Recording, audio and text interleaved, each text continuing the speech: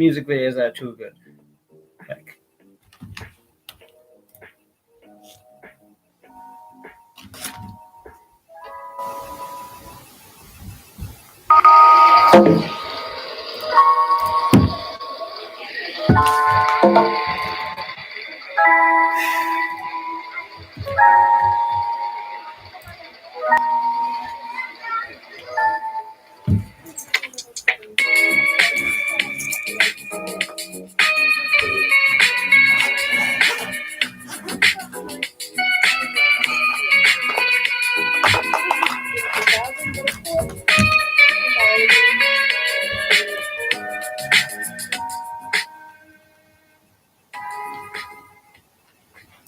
A field in which people really like writing reviews. Tim Carroll came back about mating, and so the effective population size, because so few males contributing to the gene pool, is much lower than 1,000 individuals. All of the females might mate, but maybe only 3 of the males. So what we would call the effective population size is reduced because of the mating system of this species. And you can see that reflected in the diagram here. So they kind of, in this paper, they said, well, here are the ways in which humans are impacting animals or animal populations by habitat modification, hunting, fragmentation, corridor construction, reduced resource quality, and resource variation.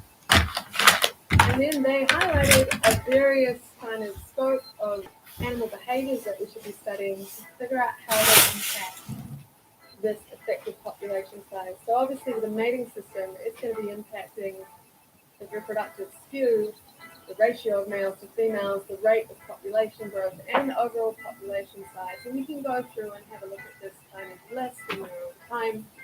But in essence, the key idea was that the thing that could link those individual level studies to population size, population growth,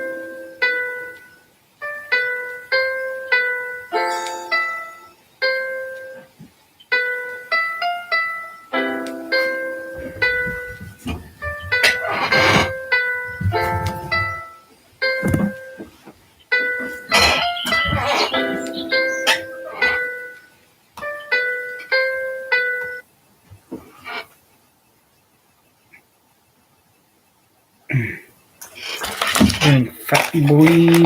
Chocolate boy doesn't help boy. Go. Yeah.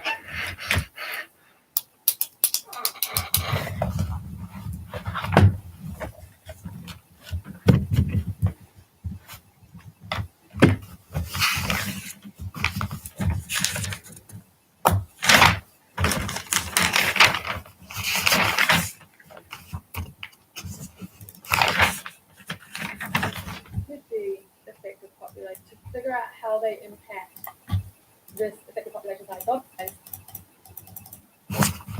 in this field. And so at the moment there's no clear framework for how concepts at this point specific behavior, nor with behaviors taken into consideration. And so for this reason, obviously, they thought very little progress had been made. And their suggestion for bridging this gap via effective population size. This year, how many different types of idea and concept of effective population size? Okay, cool. So you and so they recognize that if you want to link behavior to the level of population, you need something linking the two.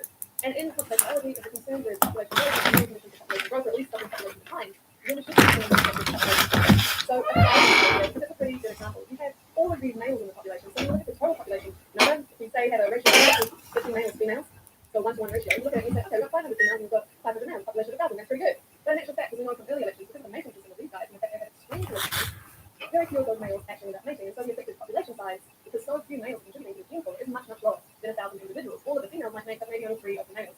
So what we would call the effective population size is reduced because of the mating system of the species. And you can see that reflected in the diagram here. So they kind of, in this paper, they said, well, here are the ways in which humans are impacting animals, animal populations, by habitat modification, hunting, fragmentation, corridor construction, reduced resource quality, and resource variation.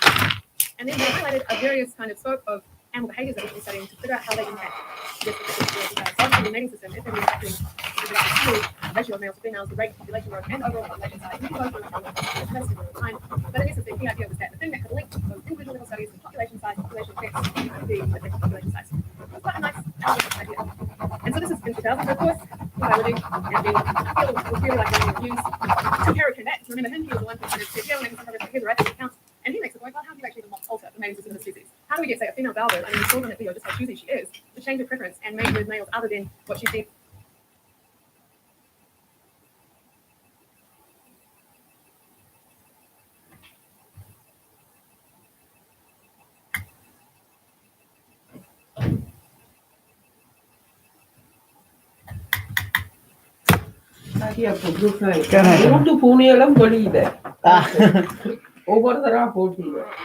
Something that I realized makes me irrationally happy is green pens. Green pens. I lost mine. Or misplaced, I don't know. I was here a few days ago. It's a nice big one. It's like this but green. It's a really nice one like this but green. You probably got it. I don't know where it went. That's what's sad. But yeah, something I just realized, like I remembered is green pens. Like a good green pen makes me irrationally happy. Like it shouldn't make me that happy, but just makes me happy, you know? Sometimes it's sad the nice things got lost. But no, it's fine. It's just enjoying the small thing. No, it's fine. Path of denim, it's fine, it's fine. Okay, that must be come from somewhere. Yeah, it's all good. Okay, Yeah, good night. Thank Thank you, yes, please. Yeah. No, just start studying. In the microwave, yeah. Thank you. 19 No, it's perfect. It's good. Thanks so much. Oh, that hurts.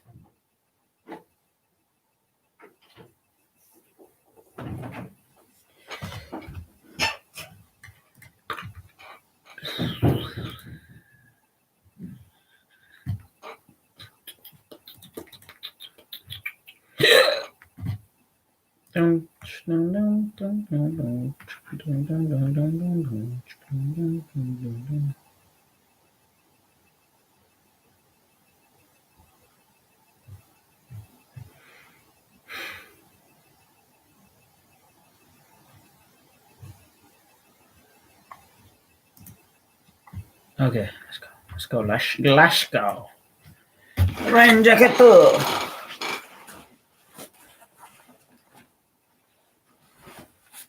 Apple from the bubble. Full water bottle, please. Yes, one and good enough. Two. No.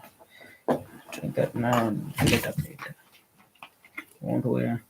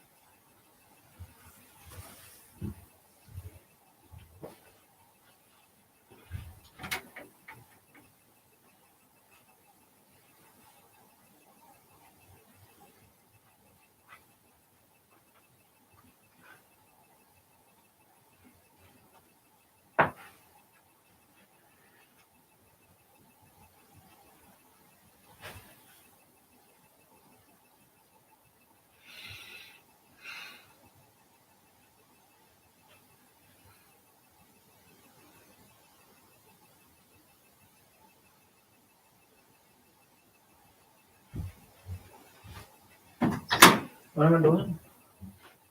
Alright.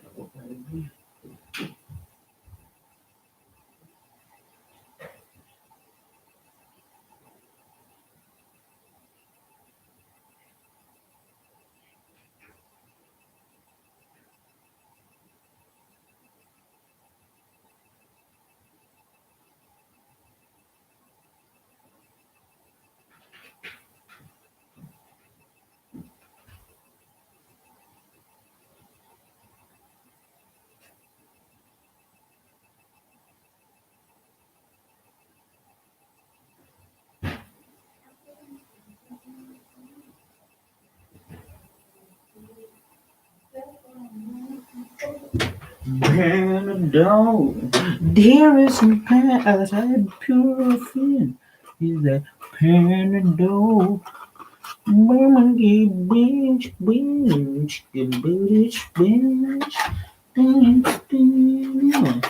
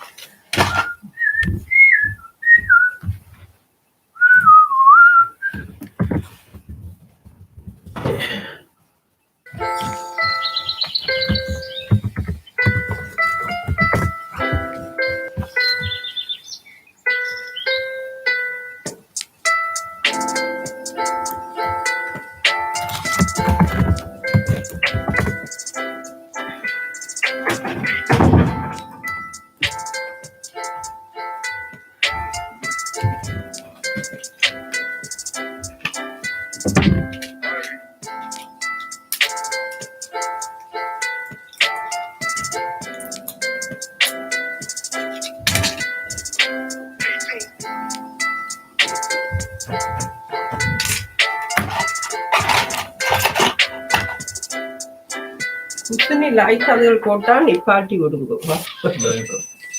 I listen to Panadol.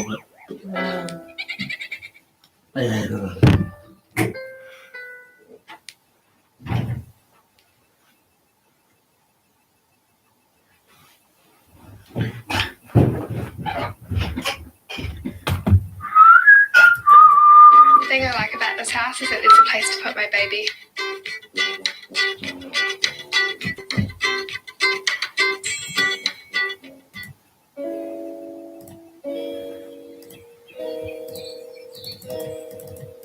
I'm a sunscreen, Yolanda.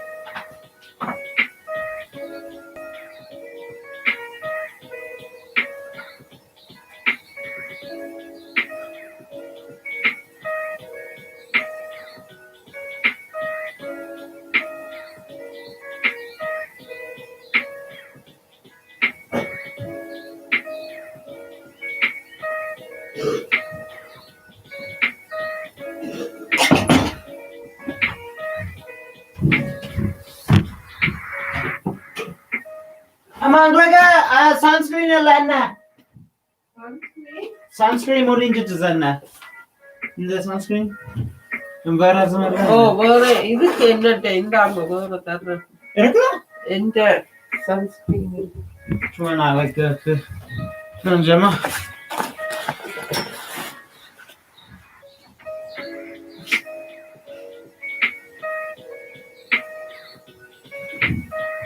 This one, ladies first, Canada Parigana, Alabama. Alright, then I'll just use the moisturizer. The moisturizer. This is expensive. That's expensive too. It's fine. It's fine. It's SPF 50. I'll just cover up. Should be all good. All good. All good. All good. All good.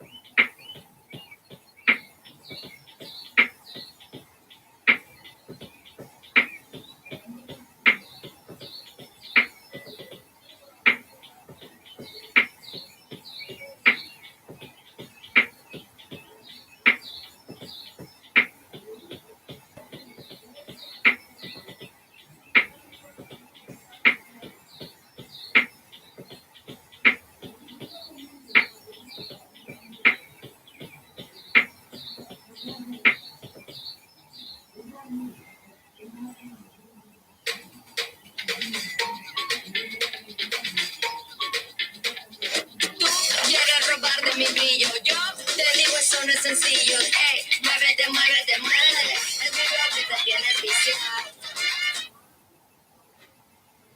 All right, my kingdom's looking good. My neighbor's looking like he could use some help. Let's do that. Let's get the alliance going. This should help both of us. I'll definitely get some more wood and corn, and that'll help me build a super strong. I'm stealing it. I'll probably invest in some cavalry and some other stuff. Wait, what's this? The guy's launching an attack against my new ally? Terrible. Definitely, I'm gonna go help him.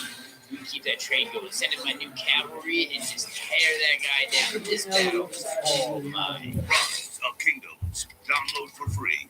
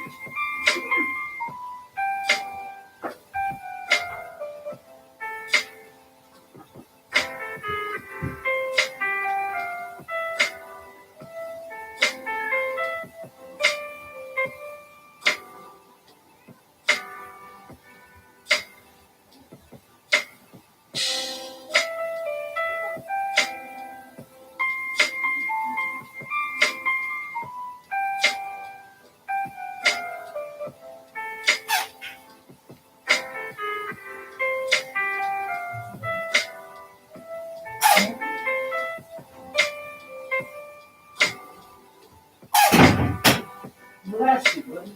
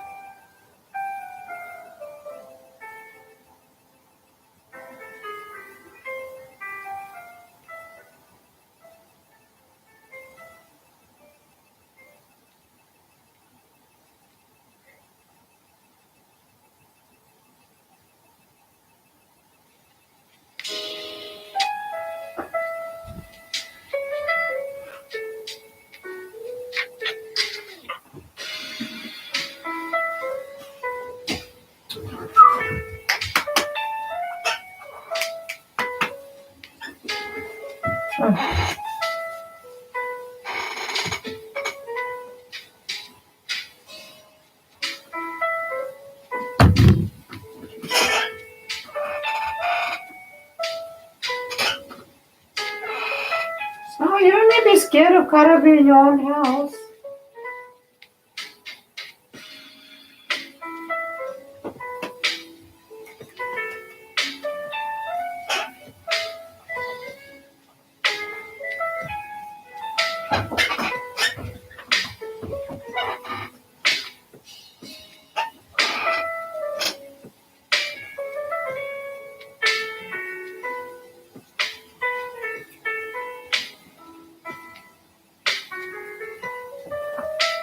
I'm pooping, right? Oh my god, you're so cute.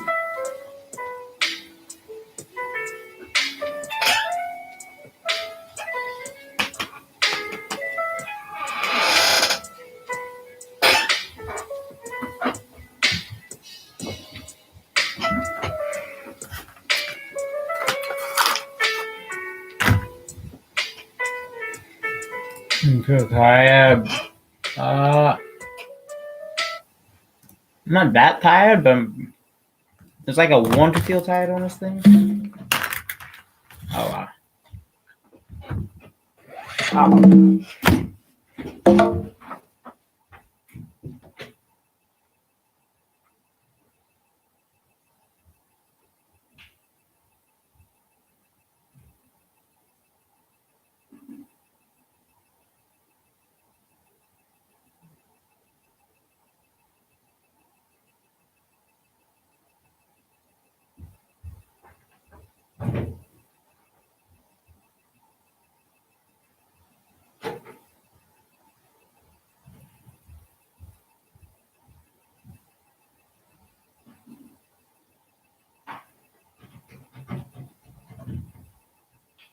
Oh my Lord. Like Karabi, I let Karabi and just while I studied, and then he ran, he went to the food, I picked him up and closed the door, and just him opening the door again. I forget how good it is here. Yeah, that was Karabi.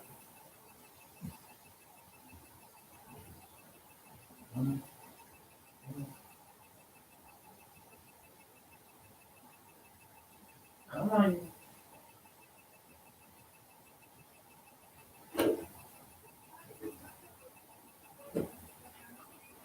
Oh, there I am, there I am.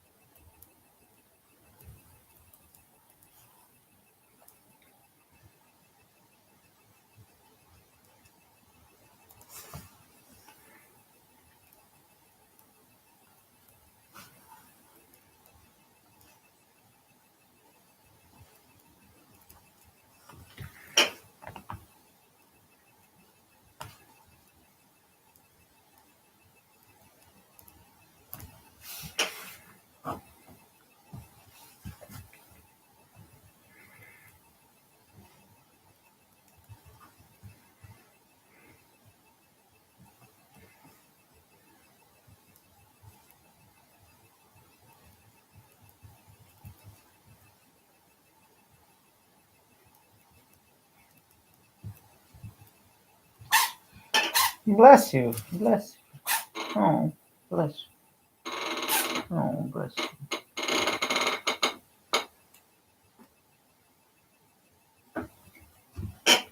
If you want to come up here.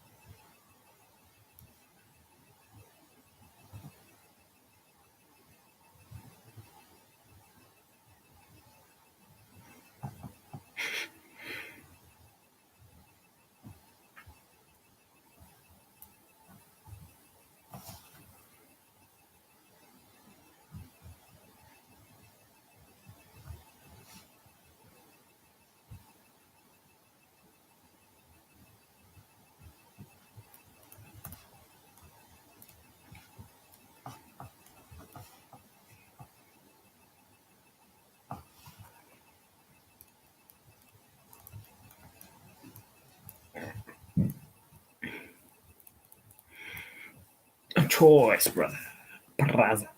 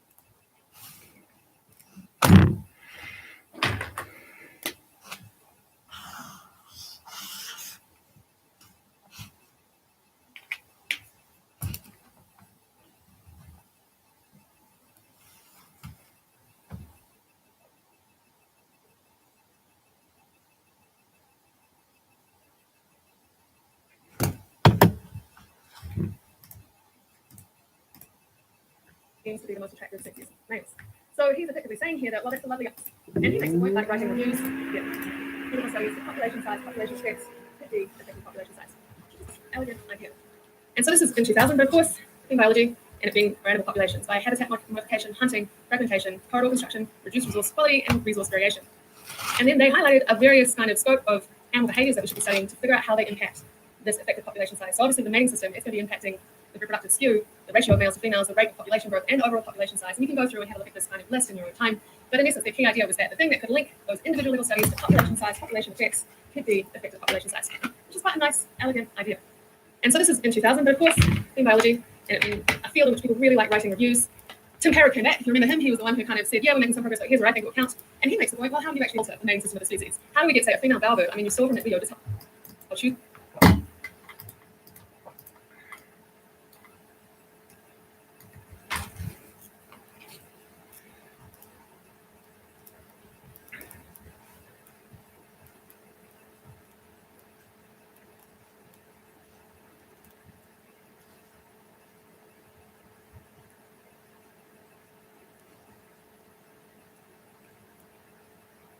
Oof.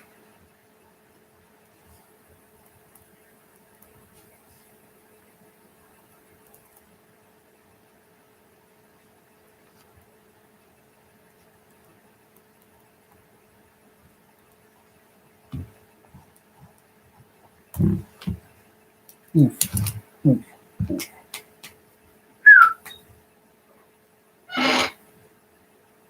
Somebody.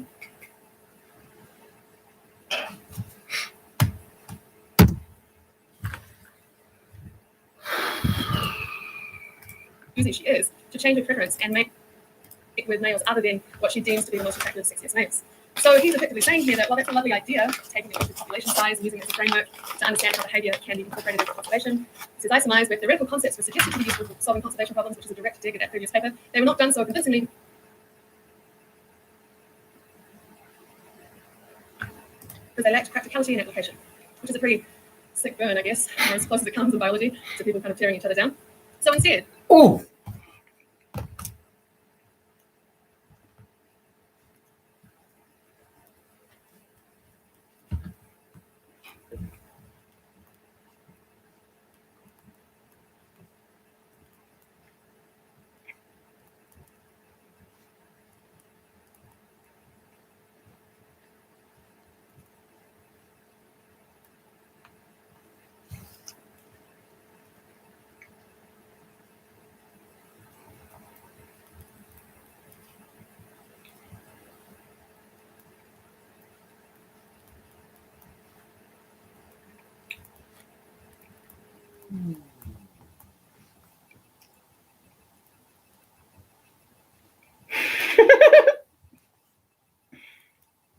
cajoling females to lower their standards is no easy task. XD la mouse. La mouse.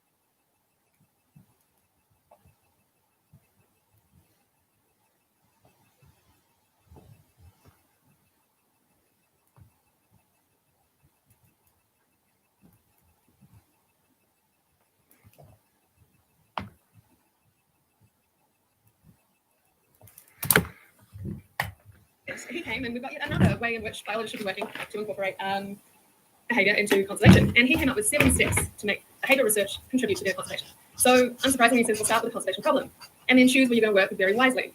You might want to work on several species at the same time because it might be that there's sort of networks connecting them and it's not all that useful knowing there's the responses of one because the response of one may impact the response of another. Time. Unsurprising behaviour. So instead, he came, sick burn, I guess, or as close as it comes in biology to people kind of tearing each other down. So instead, he came and we've got yet another way in which biology should be working to incorporate behaviour into conservation. And he came up with 7 steps to make behaviour research contribute to their conservation. So unsurprisingly, he says we'll start with a conservation problem and then choose where you're going to work very wisely. You might want to work on several species at the same time because it might be that there's sort of networks connecting them and it's not all that useful knowing there's the responses of one because the response of one may impact the response of another. He says to work on high-profile species because you can't really get the attention of the public or politicians. And he's right, because I don't know if you recall, but a few years ago down in Otago, they tried to save the grassland area because of a threatened snail that lived there in New Zealand. And sadly, it didn't really kind of capture the imagination the same way that Takahiro or Puckpaw or some of these other, or Maui's dolphin. It's like, but this tiny snail guy. Emma! No, it's snowy, don't worry. So sadly, you do need to work on high-profile species to get funding and to get attention. And avoid working on surrogate species. So don't assume that one species can take the place of another. Get your information to managers quickly. I mean, the average journal probably takes, I would say, over a year to review and finally accept an article. So research that you might have done 2 years ago could finally be published this year. That's certainly been the case for me and most of the people I know. So there's a disconnect between academia and the speed at which information is needed by people on the ground doing the research. And finally, popularize your work. Write popular articles, not just dry science. I would say that's good advice even outside the context of conservation. So I kind of painted this really negative picture so far. I made it sound like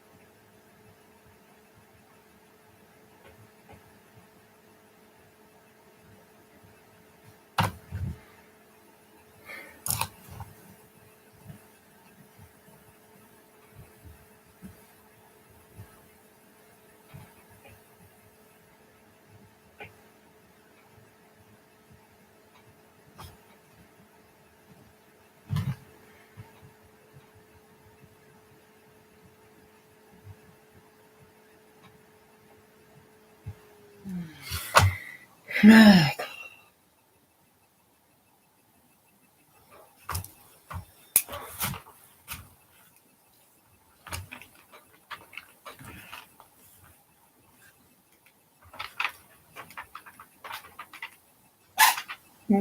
you. Oh, bless you, Chloe. Are you okay?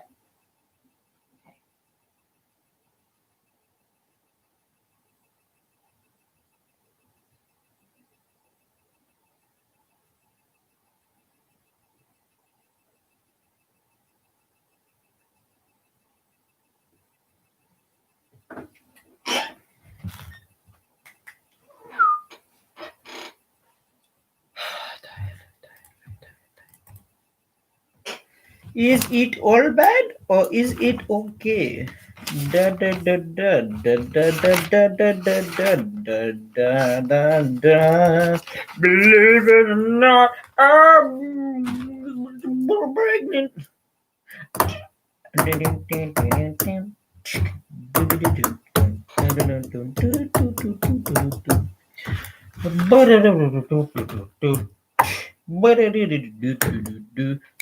Behavior and conservation. Dunk, dunk, dunk, dunk, dunk. Ding, ding, ding, ding, ding, ding, ding, ding, ding. Behavior and conservation. Ding, ding, ding, ding, ding, dig, dig, dig, dig. Dig, dig, dig, dig, dig, dig, dig, dig, dig, dig. Bam, bam, bam, bam, bam, bam, bam, bada, bam. Come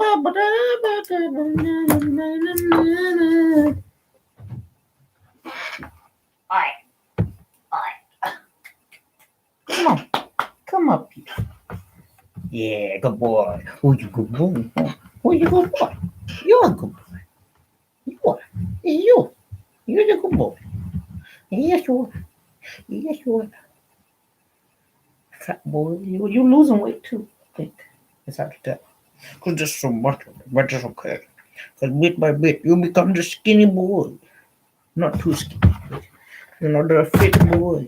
The not fat boy. The knees.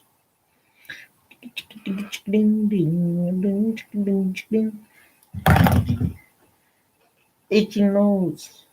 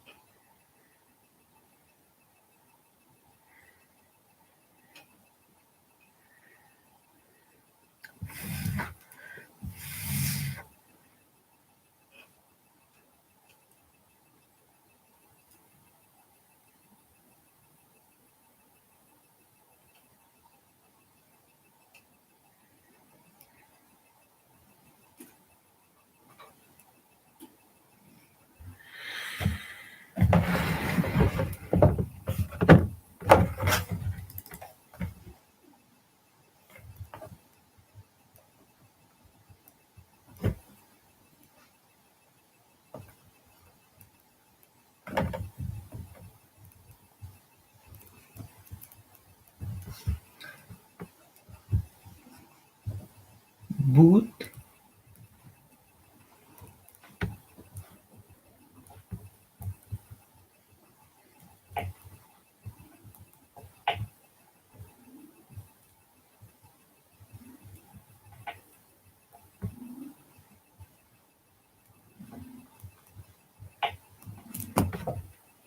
Everybody was complaining about the lack of behaviour in conservation.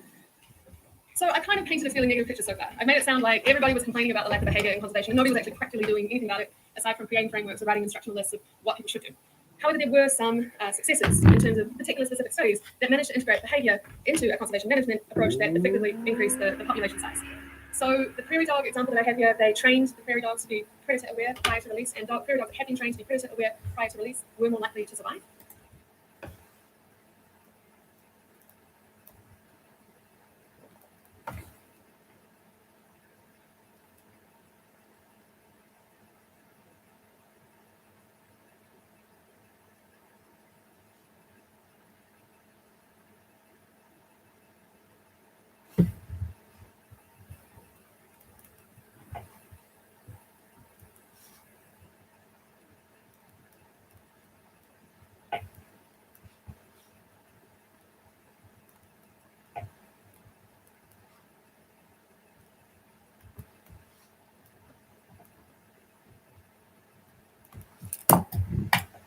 And in black-tailed prairie dogs, they initially tried releasing them individually in kind of a captive rearing and release program, and when they did that, the survival rates in the wild were really, really low. And then they recognized that actually the social structure of the black prairie dog in the wild is they tend to live in family groups. So they changed their release structure and they started releasing them in family groups. And what do you know, survival rates were much higher. So a recognition of the social system of the species and incorporating that into the release program boosted survival. Also in the Cuban iguana, this is again a polygynous species. So the males display, the females choose the sexiest iguana. Every female wants to mate with one particular massive sexy iguana, but you can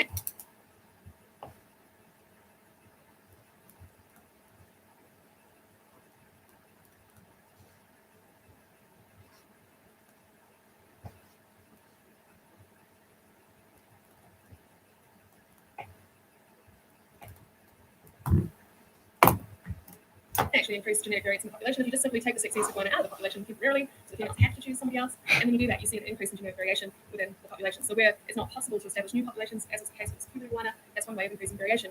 I know that one of my test questions was about the kakapo in a lichen species, and they actually had a similar issue. All of the females want to mate with the sexiest male kakapo, the best attractant, bold constructor, and boomer in the population. Boomer. And so they actually do artificially inseminate some of the female kakapo to ensure genetic variation is maintained within the population, which I've always found kind of weird because it's like, how are we altering the fundamental behavior and kind of setup of the species? Because obviously you've probably got that whole sexy sons feedback loop happening. But anyway, that's just a side thought. I've always wondered about these kinds of approaches. If we're making or forcing females to make a suboptimal choice, what unintended consequences might it have on subsequent mate choice that their daughters make, for example. And finally, it's also being incorporated in ecotourism. So they actually observe the behavior of penguins at locations that good advice even outside the context of conservation. So I kind of painted a really negative picture so far. I made it sound like everybody was complaining about the lack of behavior in conservation, and nobody was actually practically doing anything about it, aside from creating frameworks or writing instructional lists of what people should do. So they changed their release structure, and when you do that, you see it kind of weird because some of the female lichen species, early, so the females have to choose somebody else. But you can actually increase genetic variance in the population if you just simply take, again, a polygynous species, so the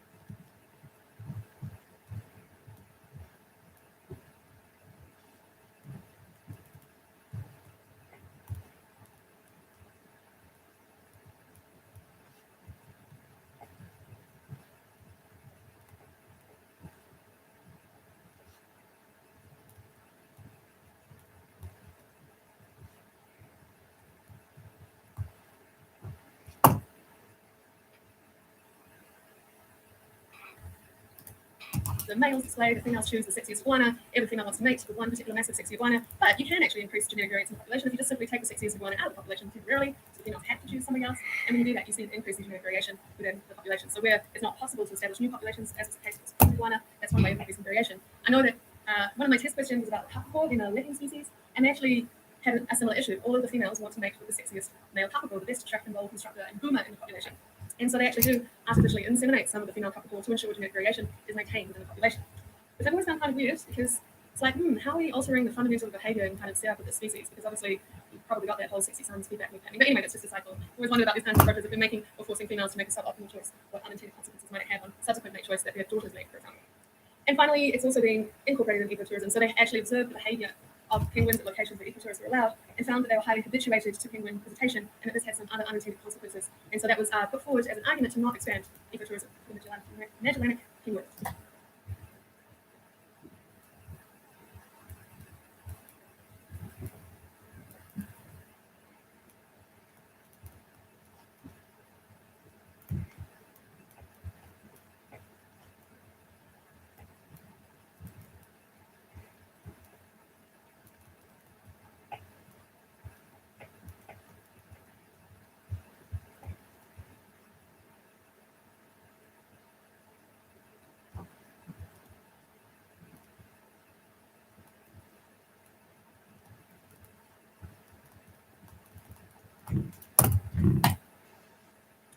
So it's ongoing, this idea that behaviour and conservation need to be integrated, but we still have a lot of work to do. So here I have a heat map of all of the papers that have been published that are intersecting both behaviour and conservation. So on the scale over here, it helps interpret the heat map. You can see that the dark blue means that there's been virtually no papers published, say, human-wildlife conflict versus parental care and investment. No one's looking at the intersection of those two things. Whereas, say, connectivity and dispersal migration, quite a lot of work to date has been done in that space in terms of the number of papers published on the topic. So this systematic review of the literature to create a heat map reveals where work is actually happening and how much work we still have to do in terms of integrating the fields completely. So I've been talking non-stop for almost half an hour. I think it's time that I stop talking. Talk to your neighbours about the patterns that you notice in this. Have a look at those patterns. And it's a good way for me to evaluate whether or not you can make sense and explain how this heat map works. So I'll give you a minute or so to chat about it, and then I'm going to ask you to tell me some of the patterns that you notice. Right? What patterns have people noticed in this map? No. So anti-predator behaviour and also learning and personality have been largely overlooked in conservation today. Absolutely. Anything else? Yeah. So the focus primarily for people with behaviour has been looking at the threats rather than, okay, how could we mitigate or...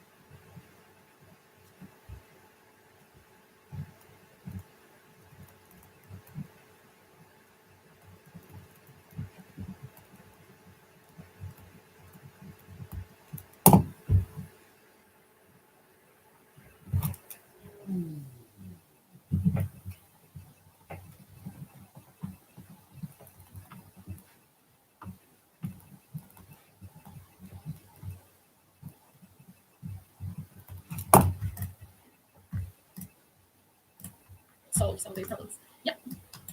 Yeah, that's a really good way of putting it. So traits that are kind of on the surface most directly linked to survival and population. So foraging, dispersal migration, mating systems. These are the things that people tended to focus on in behaviour conservation.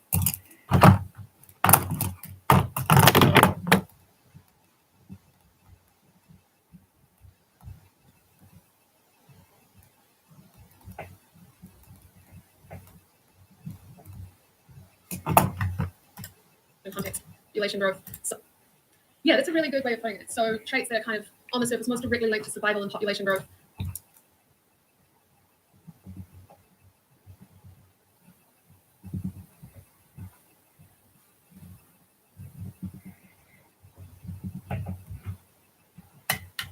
So foraging, dispersal migration, mating systems. These are the things that people tended to focus on in behaviour.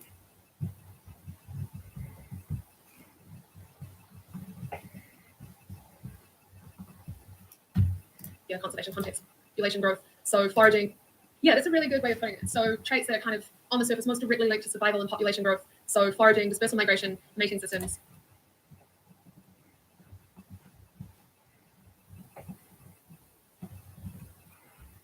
These are the things that people tended to focus on in a behaviour conservation context, which of course makes total sense. So yeah, that we've got more threat focus than solution focus, and that foraging, dispersal, and migration seem to be the topics most commonly studied are what is shown by this heat mapping exercise. Now, just to put this into perspective, this is only for papers where the two things actually intersect. So these are papers which do cover both conservation and behaviour in some way. What happens if we have a look at the fields of conservation and the behaviour as a whole, and we see within those fields as a whole how much work has been done. So that's what they also did, and this is what the heat map looks like. To put it into context, this makes it look like, whoa, so much work is happening, but when you kind of zoom out and you see there's obviously a lot of people working in conservation and a lot of people working in behaviour, but there's still very few that are working at the intersection of those two things, which might and probably should come as a bit.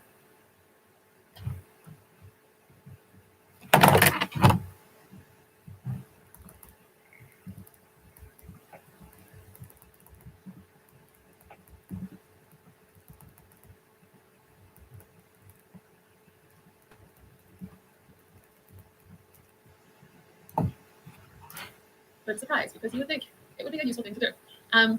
So we can see that the only kind of signal coming through strongly, even the foraging signals, started to be lost here. You sort of can almost imagine that maybe the threats are still more steady than the solutions. Certainly dispersal and migration, and particularly in the context of connectivity, does actually seem to be a hotspot within the conservation literature at least. But just, to make the point, this was the literature up to 2016. That's only 4 years ago, so it's still a very understudied field within conservation biology.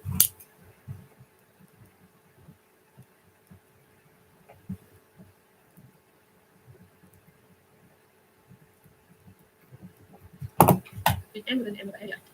So why? Why is animal behavior consistently underutilized in wildlife conservation? Again, I'm going to hear your thoughts, and I'm going to show you 18 reasons why shortly in the paper that's 18 reasons why conservation is consistently unstudied in wildlife behavior is consistently unstudied. So come up with our reason. You don't need to come up with 18, and I'm just curious to see if they match what the study found. All right, any thoughts? Why animal behavior is consistently underutilized in wildlife conservation? Yeah, so the challenge of studying animal behavior in the fields, it's much easier, particularly in the cognition stuff we talked about yesterday. It is much easier to wax some animals in the lab, study them there. You can't always assume what you find in the lab is going to translate to the wild, so it certainly is an issue. Yeah, anything else? Yeah, I mean, we're pretty obsessed with ourselves, so it certainly is the case that conservation is a human-focused, human-centric.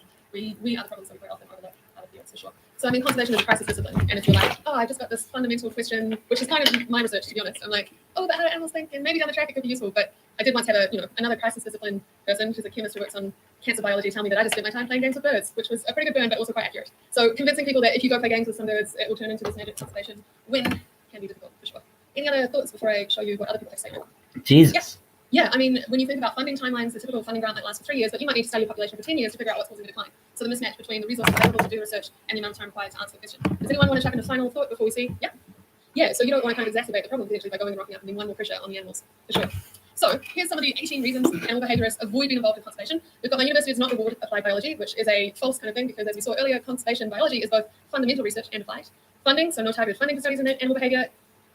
Conservation biology is seen as less prestigious than animal behavior. Not in my experience. Animal behavior, I don't feel like people are like, oh my God, so fancy. When they find out what I work on. So professional wildlife managers deal with practical problems. So again, a disconnect between the applied and the fundamental.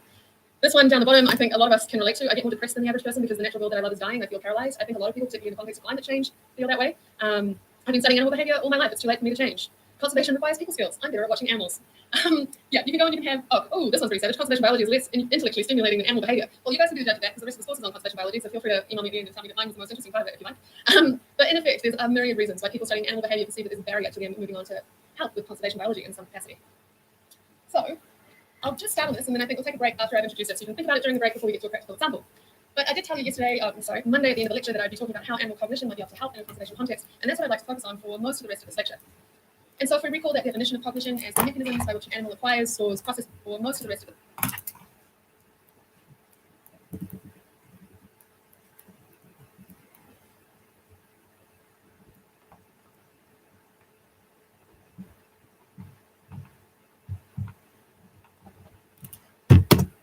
This lecture. And so if we recall that definition of cognition as the mechanisms by which an animal acquires, stores, processes, and acts on information from their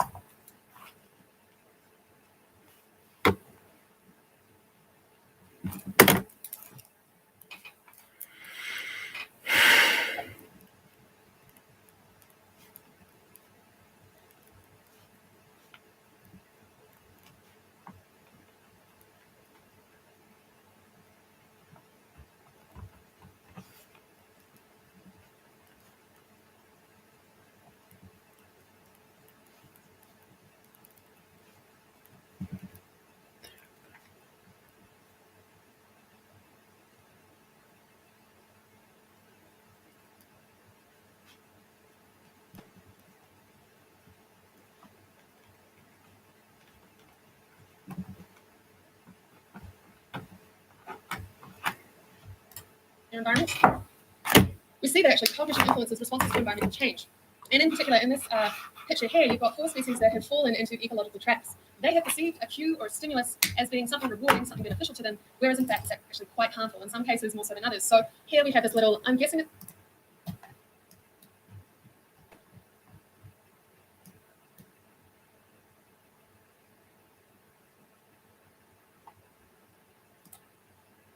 it's a frog, but I'm not an amphibian expert, and if there is someone in the room, oh God, I can't tell a frog from toad, apologies. But we have this little frog that has misidentified these lights as a prey item. We of course have the issue of the ingestion of plastic in a wide range of seabirds because plastic has been mistaken for a prey item. Here we have, and this is actually a little bit of a conservation win story, here we have this endangered beetle, I think it's in Spain, that the males find these beer bottles because the color of them sexier than a female. So the species was in decline because the males were going around mating these beer bottles instead of mating with the females. And the biologist studying them actually managed to convince the manufacturer of this beer to change the color of the glass slightly to make it less sexy for the males. So they were able to change the cue that was causing the ecological trap, evolutionary trap for this particular species. And here we have some mayflies that obviously pick up on the cue of reflection from water to land on lakes to congregate to mate. And here they've unfortunately landed on a shop window. So again, if they're laying eggs, That's lit. This sizzle like this is cool.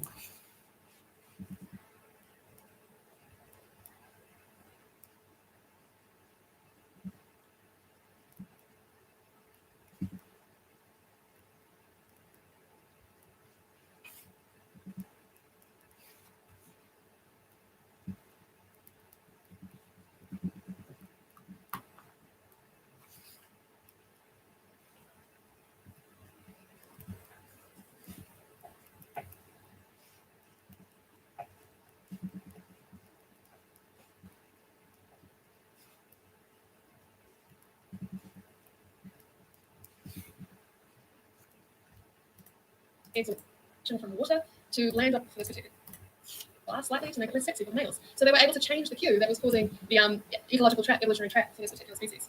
And here we have some mayflies that obviously pick up on the cue of reflection from water to land on lakes to congregate to mate. And here they've unfortunately landed on it's it is much easier. A bottle work with find these beer bottles because the color of them sexier than a female. So the species was in decline because the males were going around mating with these beer bottles instead of mating with the females. And the biologist studying them actually managed to convince the manufacturer of this beer to change the color of the glass slightly to make it less sexy for the males. So they were able to change the cue that was causing the ecological trap, evolutionary trap for this particular species. And here we have some mayflies that obviously pick up on the cue of reflection from water to land on lakes to congregate to mate. And here they've unfortunately landed on a shop window. So again, if they're laying eggs all over the shop window, they're falling into an evolutionary trap, but it's because the cue that has been given to them is now mismatched with what selection has shaped that response to that cue to achieve. So a friend of mine, Alison,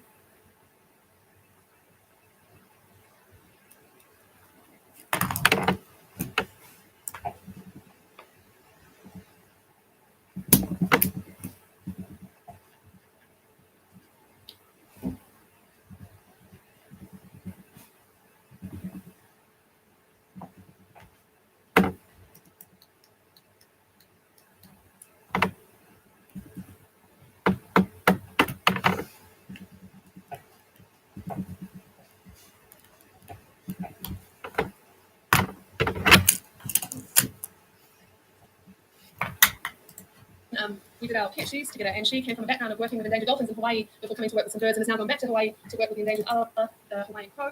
And she became interested in thinking about how we can harness cognition for conservation, given her main background was in conservation before she did a PhD in animal cognition. And she came up with this kind of flowchart, if you like, to explain how cognition might be useful for conservationists. And it basically deals with the idea that a lot of the time animals are falling into these evolutionary traps because there's a mismatch between the cue that was shaped by selection and the cue that currently exists. And their response to the cue is typically something that is harmful to them in some way, ultimately leading to an individual dying or an individual making the wrong mating choice, etc. So if you think about this in terms of, okay, what is the cue that's causing the problem, how individual dying or an environment into these, to explain how cognition might be useful for conservationists. And it basically deals with the idea that a lot of the time animals are falling into these evolutionary traps because there's a mismatch between the cue that was shaped by selection and the cue that currently exists in the environment. And their response to the cue is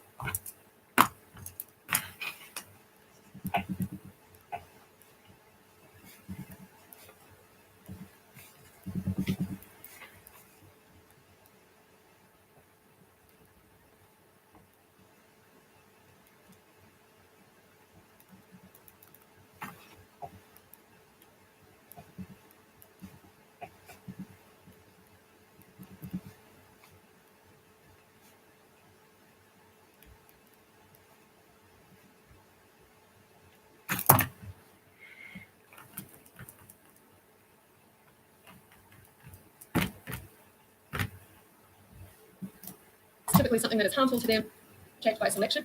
The idea that a lot of the time animals are falling into these evolutionary traps because there's a mismatch between the cue that was shaped by selection and the cue that currently exists in the, and their response to the cue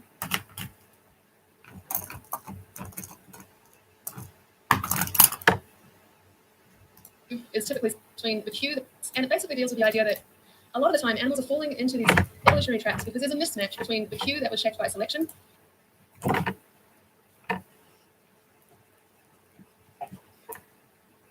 and the Q that currently exists in the environment.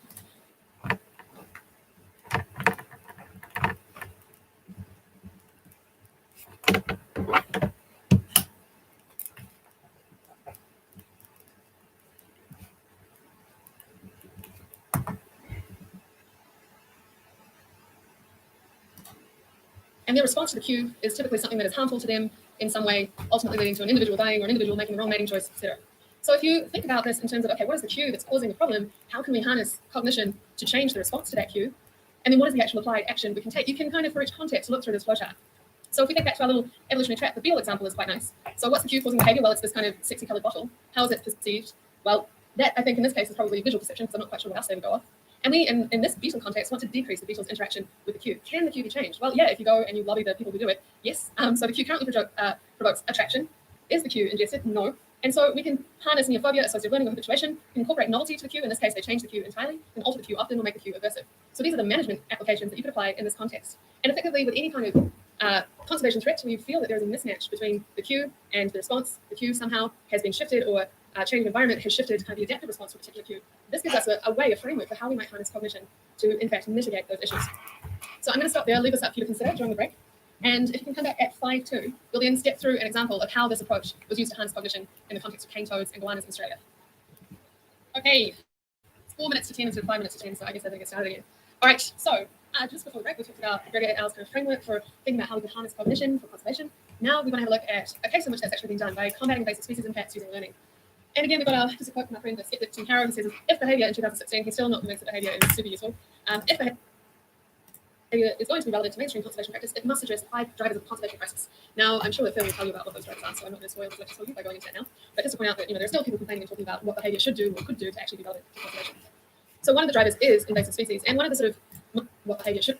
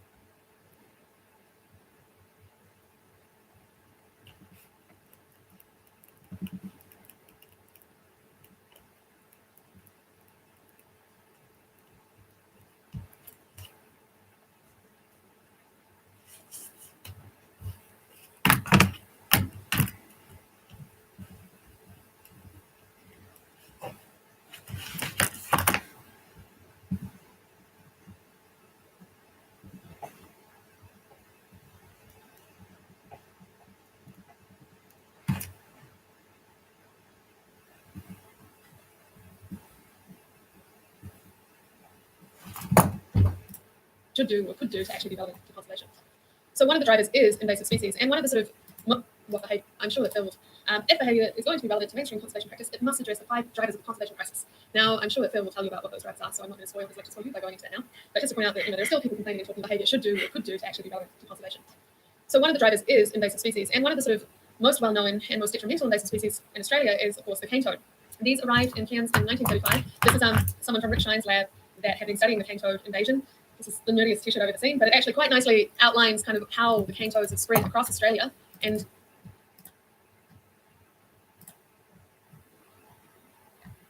I'm going to start today's lecture here, kind of how the cane toads have spread across Australia. And Kununurra can't read it, is about here. And they reached that point in 2010, and they do spread at a very steady popping rate. And actually, Rick Shine has shown that the cane toads at the invasion front have longer legs and faster mobility than cane toads kind of seen back here in Cairns. So there does also seem to be selection in favour of dispersing toads at those front lines. And this is Kununurra, and this is just a random thing that came up on Instagram, I think, Twitter, I can't remember which, was front legs and faster mobility. They do, and this t-shirt over 1935. This is someone from Rick Shine's lab that had been studying the cane toad invasion. This is the nerdiest t-shirt I've ever seen, but it actually quite nicely outlines kind of how the cane toads have spread across Australia. And Kununurra can't read it, is about here. And they reached that point in 2010, and they do spread at a very steady popping rate. And actually, Rick Shine has shown that the cane toads at the invasion front have longer legs and faster mobility than cane toads kind of sitting back here in Cairns. So there does also seem to be selection in favour of dispersing toads at those front lines.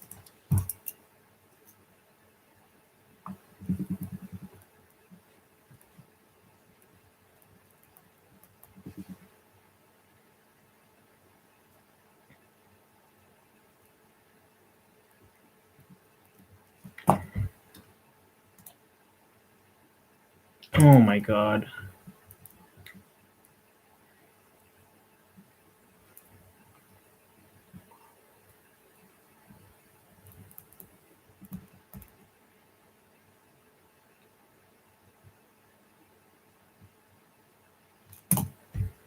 Cane toads kind of sitting back here in Cairns. So there does also seem to be selection in favour of dispersing toads at those front lines. And this is Kununurra, and this is just a random thing that came up on Instagram, I think, Twitter, I can't remember which.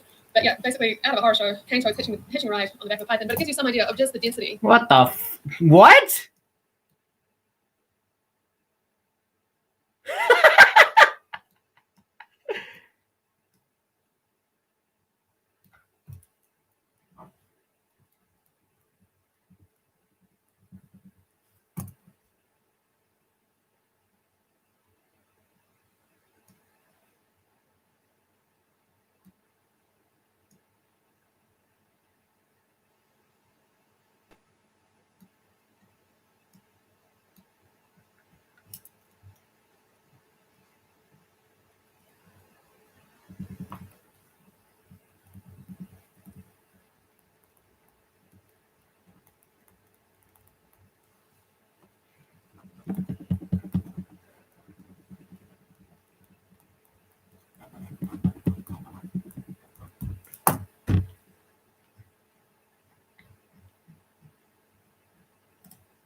Of cane toads that invade the Australian landscape. So this is after a flood and animals coming out of the flooded dam.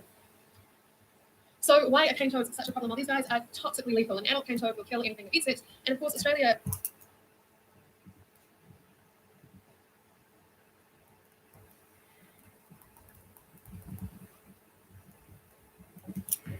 being a country of nightmares, has a lot of things that like to eat other deadly things. And so we do have an issue in Australia where large reptiles that are some of the main predators on the Australian continent are consuming cane toads. And in some cases, the goanna in particular, it entirely wipes out the population. It invades.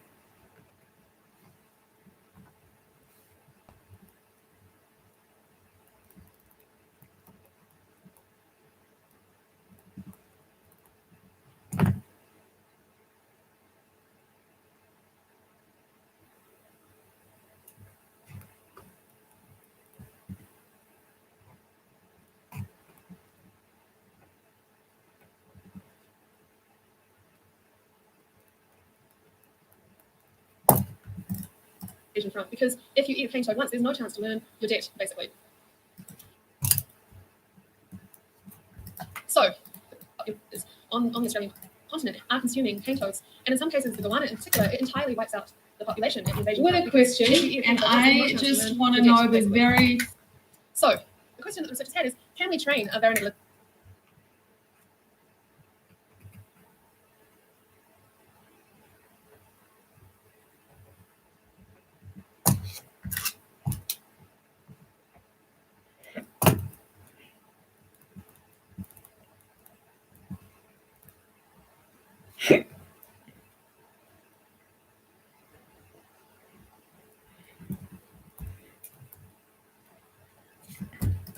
Lizard goanna to avoid these toads. We know that if the cane toad invasion comes through a spot, these guys are going to die. There's no two ways about it, because if they sample a toad, they get meat, and they eat anything that moves, so if the toad crosses their path, they're dead.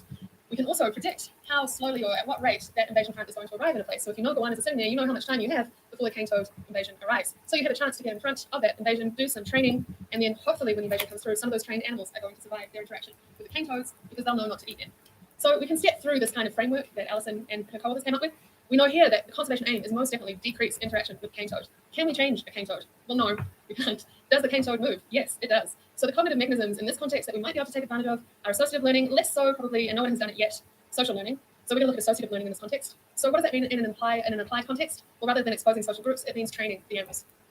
So like I said, you can predict how fast the cane toad invasion front is going to move towards your goanna population. These guys knew that cane toads were headed for this population of goannas, so they radio tracked 66 of them.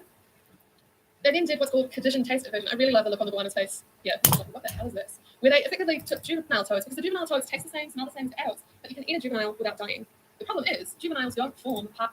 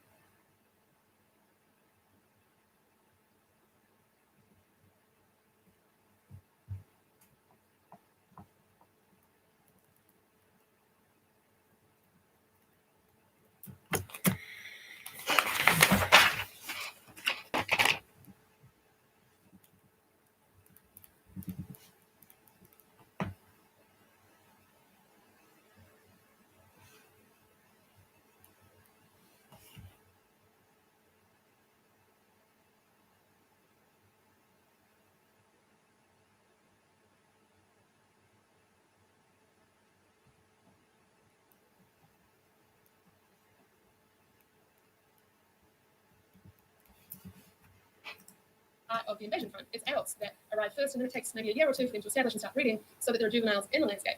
So they never get a chance to sample a small toad, find out it's disgusting, it makes them sick. This is what is called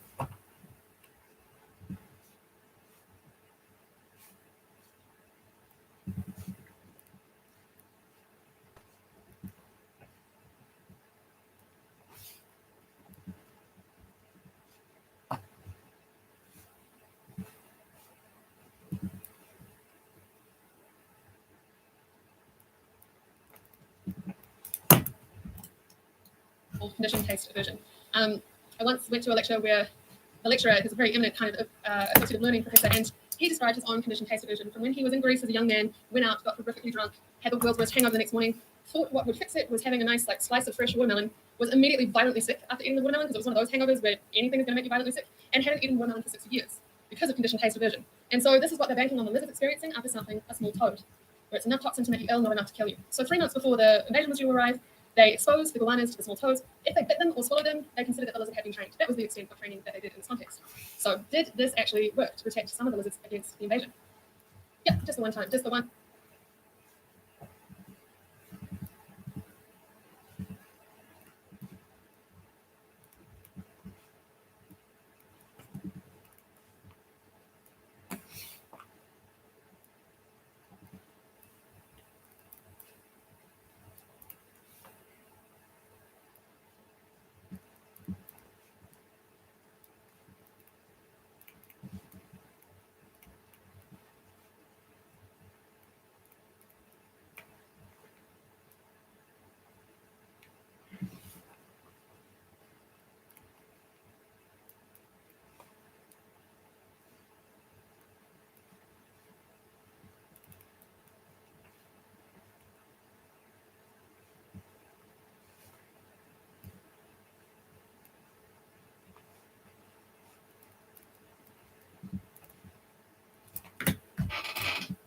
Toad dangle, bite, vomit, done, basically. As far as I can tell from reading the paper. Might be more involved than that, but if we have a look on these graphs here, you've got survival of the individual from the first toad trial. So I believe that's when the first adult toad was in the population, basically. And you can see there's 2 different populations I did this in. The graphs look a little bit different, and part of that is that the invasion rate in the north, the habitat was not quite as ideal for the toads to invade. And so in the north, actually, you'll see both the control group that didn't get trained, never bit the toad, and the group that did survive for quite a long time anyway, and that's because there just weren't that many toads in the landscape. However, in the south, it really had a huge influx of toads. And you can see that animals that had never bitten a toad, all of them were dead within 200 days of the front arriving. But 40% of the trained animals that did, by the time the radio trackers had run out of battery, were still alive. So that conditioned taste aversion does seem to have provided some protection to goannas faced with that cane toad invasion. And what's really cool and what I really like about this study is it seemed to have provided some protection. Lily.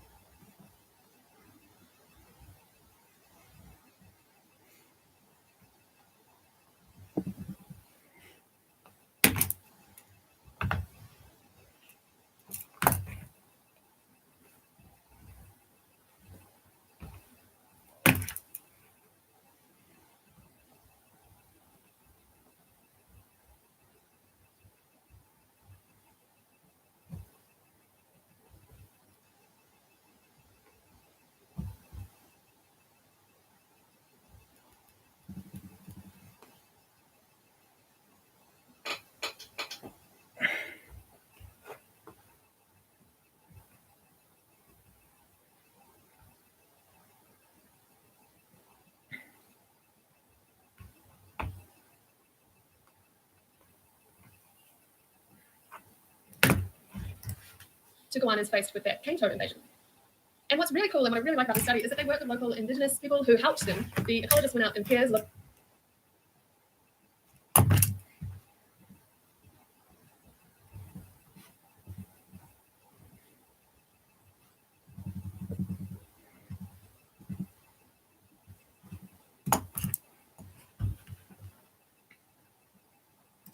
looking for goannas to capture and radio tag.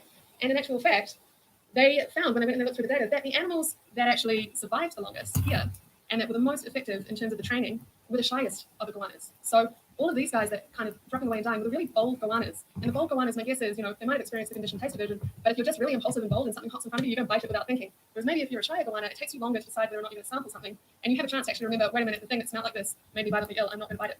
And so it's the shy goannas that survived that had the condition taste aversion. And it turns out it's the shy goannas, which were the ones that were found by the indigenous rangers. Behavioral ecologists were really good at spotting bold goannas that just wandered around in cars and jumped out.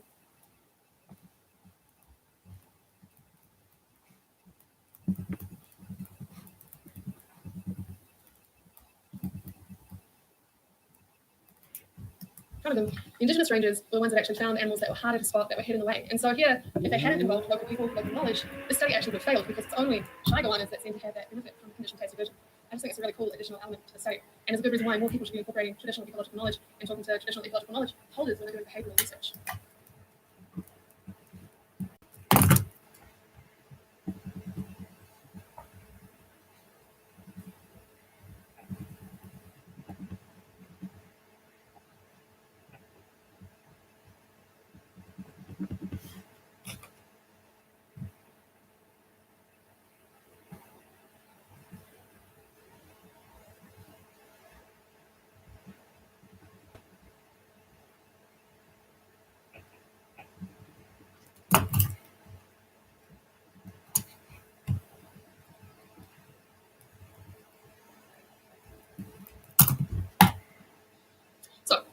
How could we turn this idea into the basis of a conservation management action?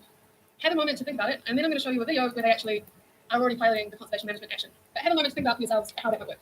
Okay, any thoughts or ideas on how you could take this finding and turn it into a conservation management action? It would be wacky. It's probably not more wacky than what they've actually decided to try. So, yeah.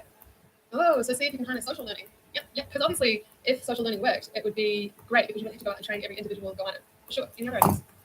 It's actually kind of interesting you say that because it reminds me of a point I wanted to make. So the suggestion here was that you can engineer a similar smelling or tasting substance, presumably one that makes them sick but doesn't kill them if they sample it, put it out in the population where cane toads exist. So northern quolls are a little marsupial mammal. They are also cane toad predators. They're also being absolutely hammered by cane toads. What they do there is they take the quolls into captivity and they produce cane toad sausages. And they actually remove toxin, add something that makes the quolls a little bit sick, feed them cane toad sausages for a while, and then they release them into the wild. And they do have some success, but it's totally labor intensive because there's no evidence for social learning among the quolls. So they're having to just manufacture sausages and capture quolls and try and train individuals. So long term, not quite sure yet, but yeah, told you can make it as wacky as you like, and people are probably doing it. But here is what they actually did. There's no sound to this, so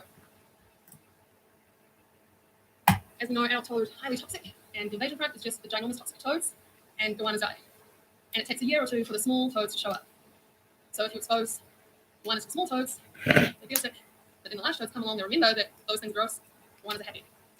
So this is the normal direction of invasion. So what they're proposing doing, and what they've started trialing, is seeding small toads. So effectively speeding up the invasion by chucking small toads into the landscape ahead of the large toads, in the hopes that this means that the goannas are going to sample small toads to get a chance to experience this condition taste aversion before the larger toads arrive. So it almost seems like, from a conservation point of view, can you imagine being like, guys, I know how we're going to beat this invasive species. We're going to get more of them, and we're going to put them faster into the landscape. But that effectively is actually a conservation win.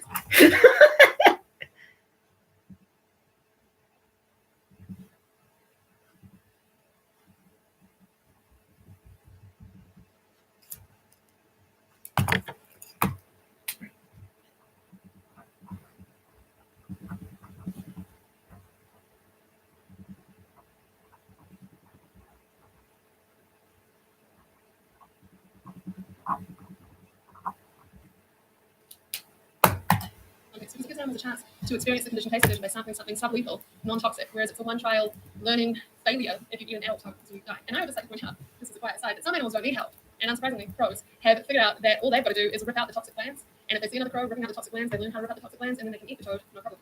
And so, well, it's actually the skin. So they actually, in areas where crows are going to do this, find like empty skins of cane toads lying around the place because the crows have killed them and eaten their insides. So not every animal needs a hand combating crows.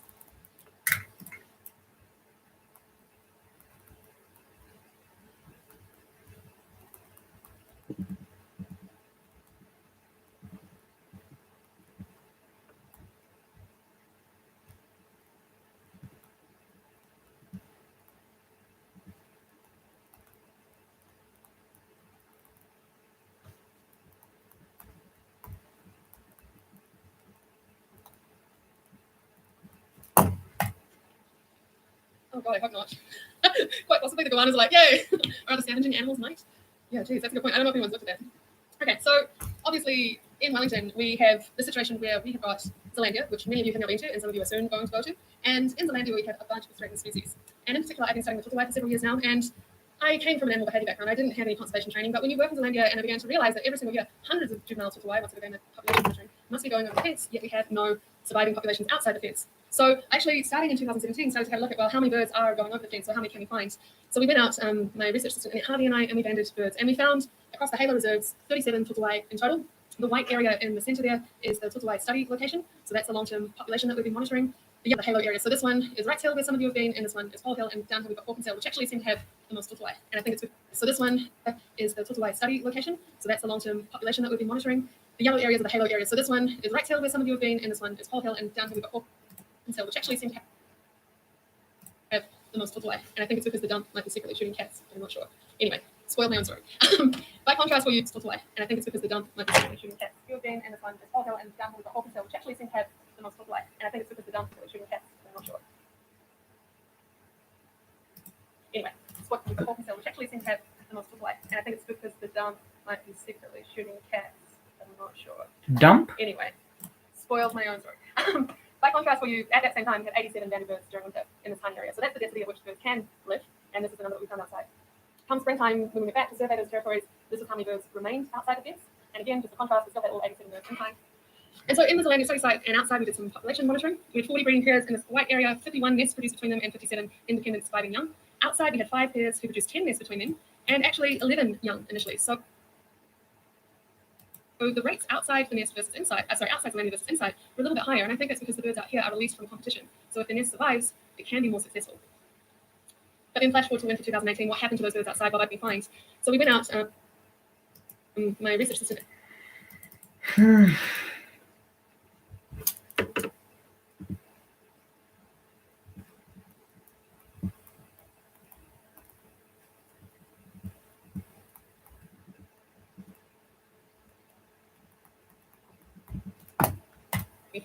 So we went out, my research assistant Annette Harvey and I, and we banded birds, and we found across the Halo reserves 37 turtle in total. The white area in the centre there is the turtle study location, so that's the long-term population that we've been monitoring. The yellow areas are the Halo area. So this one is Wright's Hill, where some of you have been, and this one is Pole Hill, and down here we've got Hawkins Hill, which actually seem to have the most turtle. And I think it's because the dump might be secretly shooting cats, but I'm not sure. Anyway, spoiled my own story. By contrast, for you, at that same time, we had 87 banded birds during winter in this tiny area. So that's the density at which birds can live, and this is the number that we found outside. Come springtime, when we went back in this time, I'm not sure. Anyway, spoiled my own story. By contrast, for you, at that same time, we had 87 banded birds during winter in this tiny area. So that's the density at which birds can live, and this is the number that we found outside.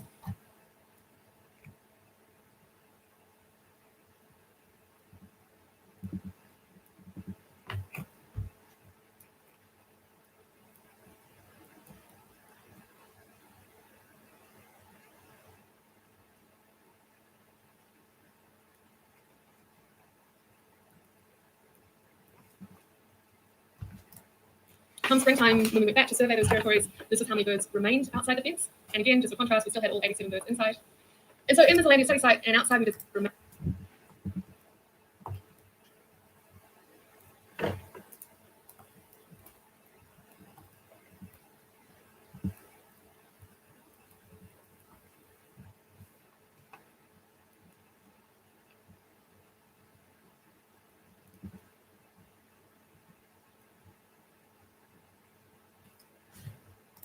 Remained outside the fence.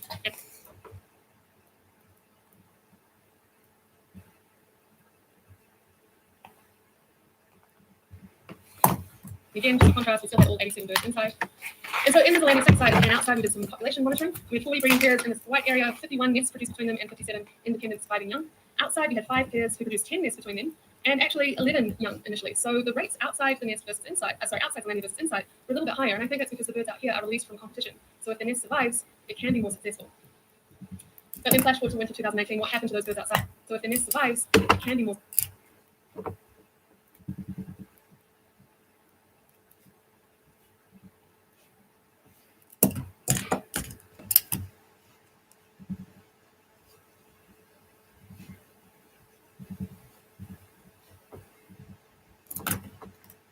Successful. 10 nests between them, There are 51 nests produced between them and 57 independent surviving young. Outside, we had 5 pairs who produced 10 nests between them, and actually 11 young initially. So the rates outside the nest versus inside, outside the landing versus inside, are a little bit higher, and I think that's because the birds out here are released from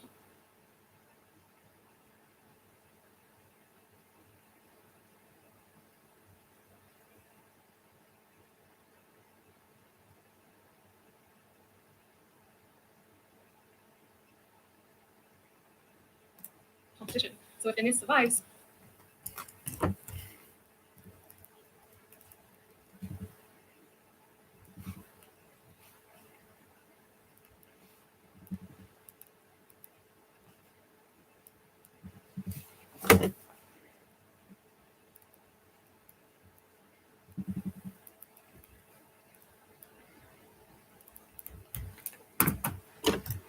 it can be more successful.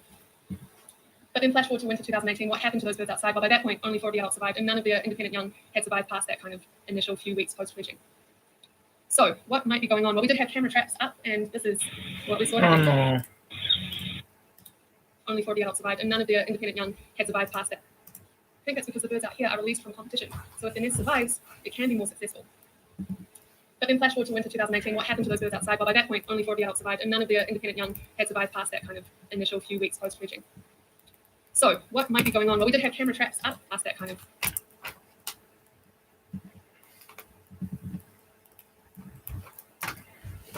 initial. First thing that pops in a few weeks post-fledging. So what might be going on? Well, we did have camera traps up, and this is initial.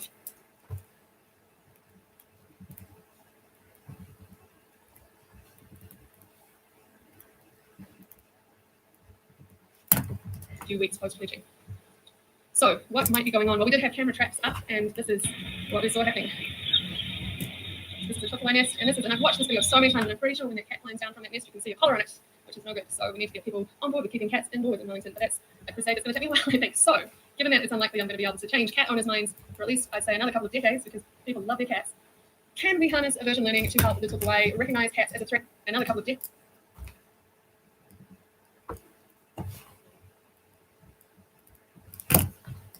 Because people love their cats.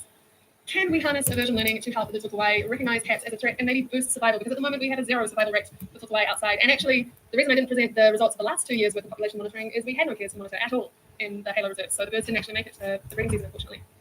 Now, there is some suggestion that we might be able to do something about it, because down in the South Island, they did actually attempt training took away, well, looking at took away responses to a stoat model paired with the alarm call. And they did this for nesting females. Well, stop that noise, it's quite piercing. They did this for nesting females. They had a stoat model and winched up beside the nest, sort of like really natural, just how a stoat would normally approach a nest, and played this call to look at how the female responded. Prior to pairing the stoat model with the call, the females didn't move off the nest when it was winched up beside them. They just kind of sat further down. Once they had learned to associate the stoat model with that call, when they subsequently winched it up by the nest, she leapt off the nest and did her kind of nest distraction display, which unfortunately consists in running along the ground, dragging their wings, which isn't with mammalian predators particularly adaptive anyway, but still, there is some recognition there for learning how to recognize invasive mammalian predators. And I also know from research that I've done that took away have got really good learning.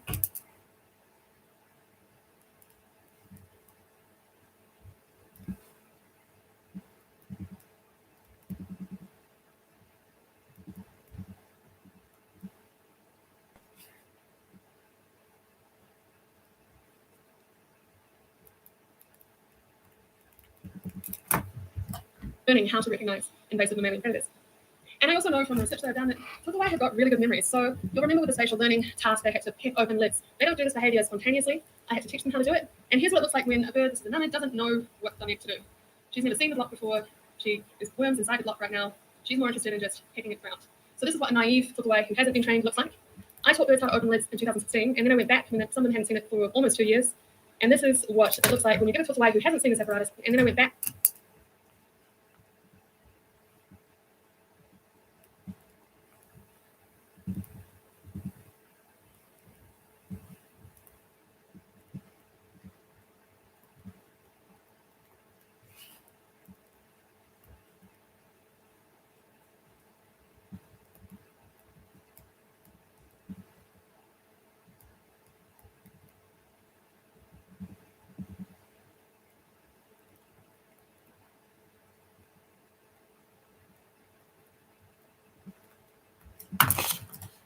I mean, some of them haven't seen it for almost 2 years.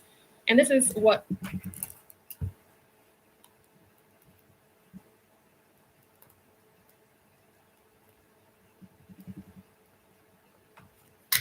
it looks like when you give a Tortoise who hasn't seen this apparatus, hasn't picked up the lid in almost 2 years. Here's what they do. So you can see that it's immediate, spontaneous, directed behavior. He knows exactly what to do. It's picking open the lids. And this has not been reinforced for almost 2 years. So they've got an incredibly good, and then he's like, is there any more? Mess around with the apparatus bit. They've got an incredibly good long-term memory.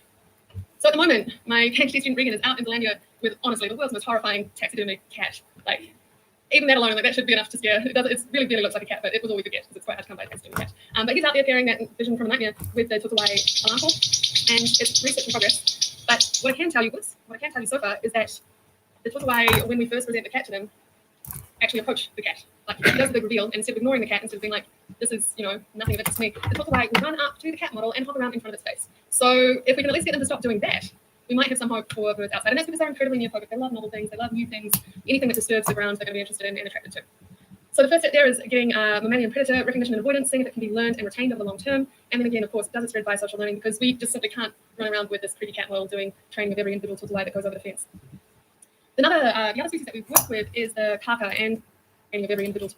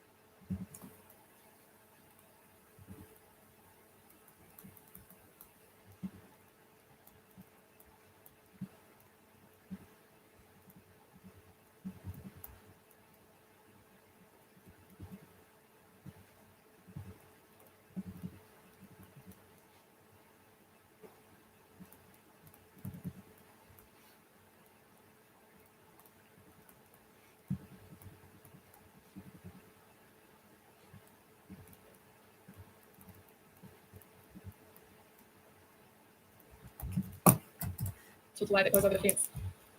The other species that we've worked with is the kaka, and it's quite important to understand how information spreads among kaka, but you'll know from my last lecture that we don't have a good handle on it so far because it seems like they can't learn anything from each other. This is, this experiment being demonstrated that we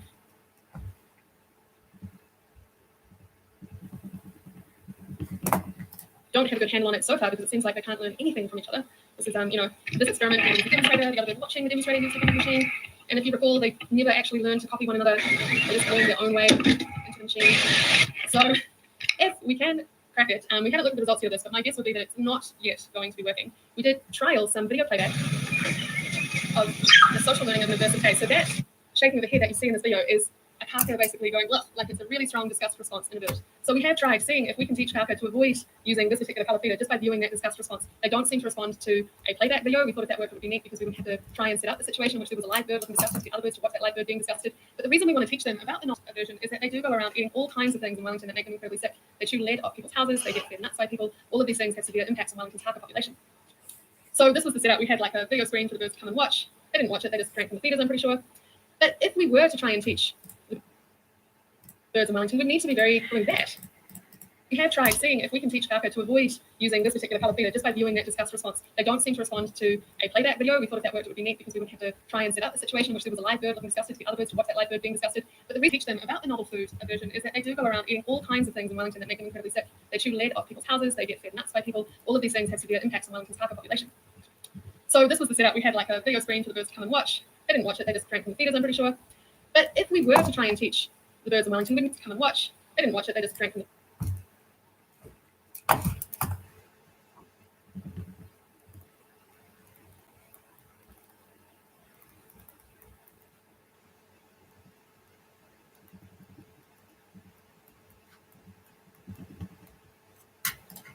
the feeders, I'm pretty sure. But if we were to try and teach the birds in Wellington, we'd need to be very careful about who we trained as well. So we set up feeders in yellow here at different neighbourhood locations to see who was showing up in different areas in Wellington among the kaka population. And the two kind of blue symbols there are the symbols inside Zealandia, the two feeding stations in there. And what we found was there's actually very little overlap, despite the short spatial distance, between birds that live outside Zealandia and birds that frequent the feeders inside Zealandia. So we had 79 individuals that were purely Zealandia-based, 34 that were purely outside, and just 8 birds that frequent. There's actually very little overlap, despite the short spatial distance, between birds that live outside Zealandia, areas in Wellington, among half the population, and the two kind of blue symbols there are the symbols inside Zealandia, the 2 feeding stations in there. And what we found was there's actually very little overlap, despite the short spatial distance, between birds that live outside Zealandia.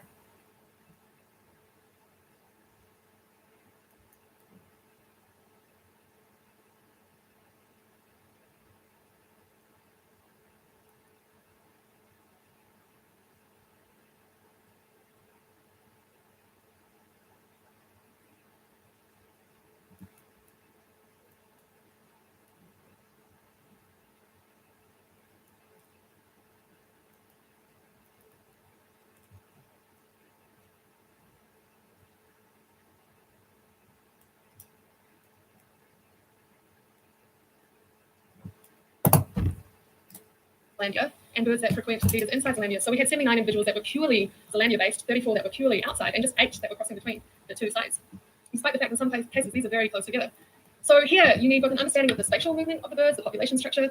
You still need an understanding of how they learn, what cues they're kind of responding to when they start eating lead, how we can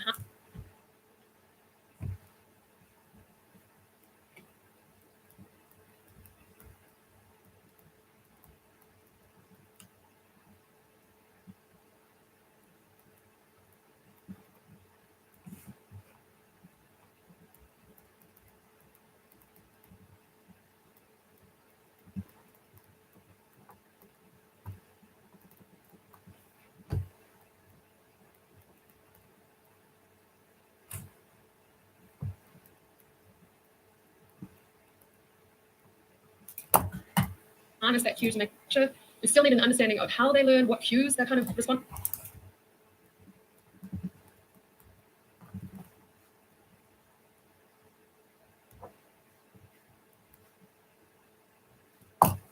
To when they start eating lead, how we can harness that cue to make an aversive cue for them, and then that way we might eventually tackle the lead poisoning problem for Kalka and Wellington. But without behaviour research, we're not going to be able to make much progress in this space, and it's probably going to take many years to figure it out. So just to summarise what we've been talking about with the conservation and cognition stuff, cognition, as we know, underlies behaviour, and as we're altering environments globally, we are quite often creating maladaptive cues. So cues that were once kind of useful, beneficial to animals can become maladaptive. However, in theory, if we understand what cues animals are responding to, we can come up with ways that we can either modify the cue or modify the response to the cue that might actually benefit survival and reproduction for some species. However, this is a very new kind of approach to conservation, and so there's only a few examples so far, most of them in Australia from the context of quolls or toads and, quolls or goannas in response to the cane toad. Now, just changing gears very slightly, quolls or goannas in response to the cane toad.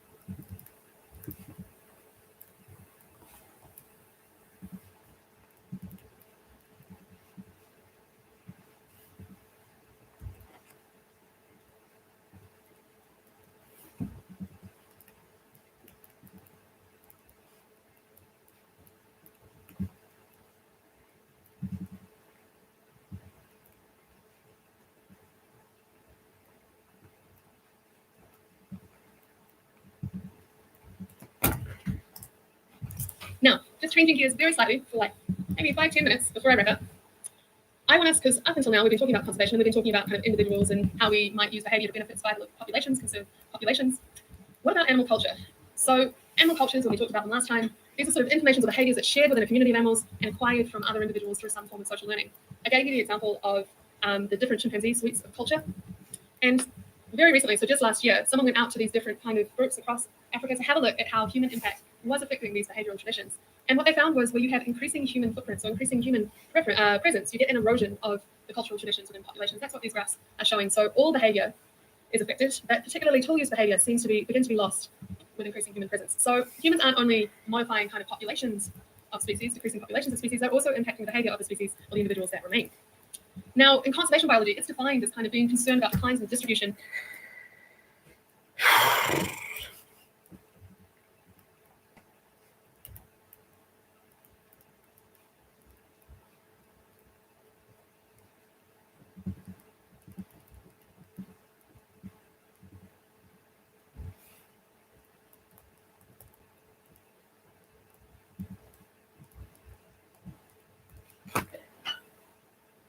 Oh my God. Oh, shit. It's alright, heck.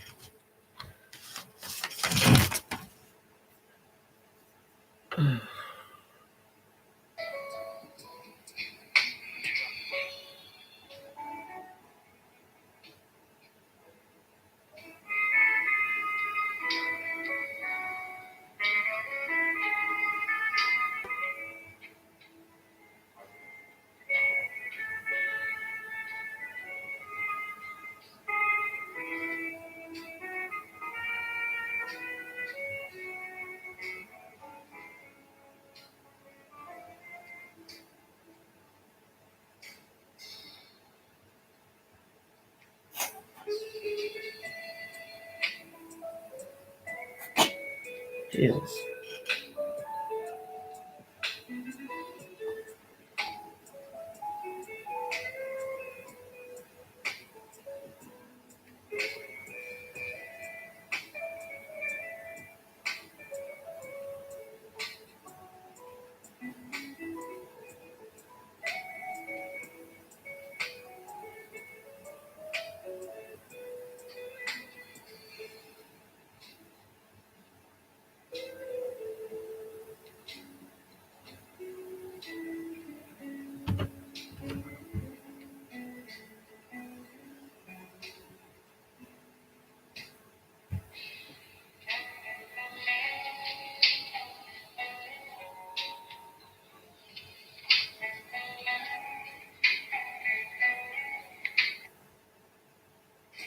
What? Don't kill these innocent people.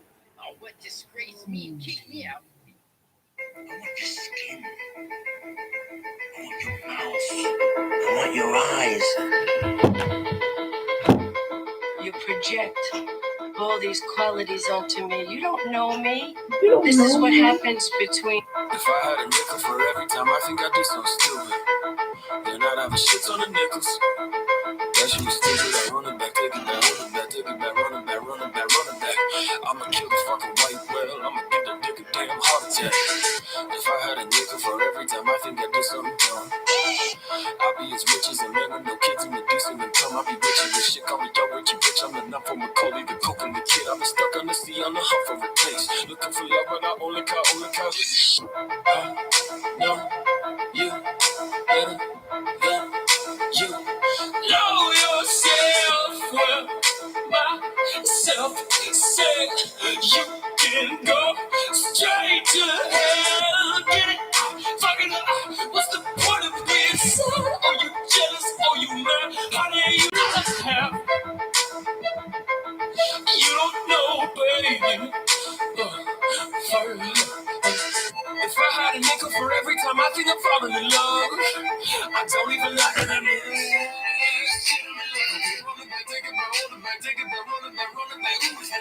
I'm feeling fucking psychotic, seeing you and them a break of cataracts. If I had a nickel for every time I talk, I don't even listen. They on the bacon, be making the killing. Be rich in the men who invent the religions. I'm having a vision, I hope it's a day with no whammies, got some fucking raving. I'm having a die, go to the bay, hunting for love with a only go wrong with this. Know you better than you know yourself. Well, myself said you can go straight to hell. Get it? Fuck it up. What's the point of this? Are you jealous? Are you mad? Honey, you don't have. You don't know, baby. I'm not the one that you wanted, but damn it, I think I could be what you need. I'm not the hunter you wanted, but damn it, I'll run and you got me for free. Yeah, I'm not the puppy you wanted. Look at me eating the tree, but you know deep in your mind is a thing. Singing those bloody you fish in the sea. When I was 13, I had my first love. When I was 17, that's when I made love. That's when I made love. That's when I made love. That's when I made a white girl named Jacob. Know you better than you know yourself. Well, myself said you can go straight to hell. Get it? Fuck it up. What's the point of this? Are you jealous? Are you mad? Honey, you don't have. You don't know, baby. Fuck it up.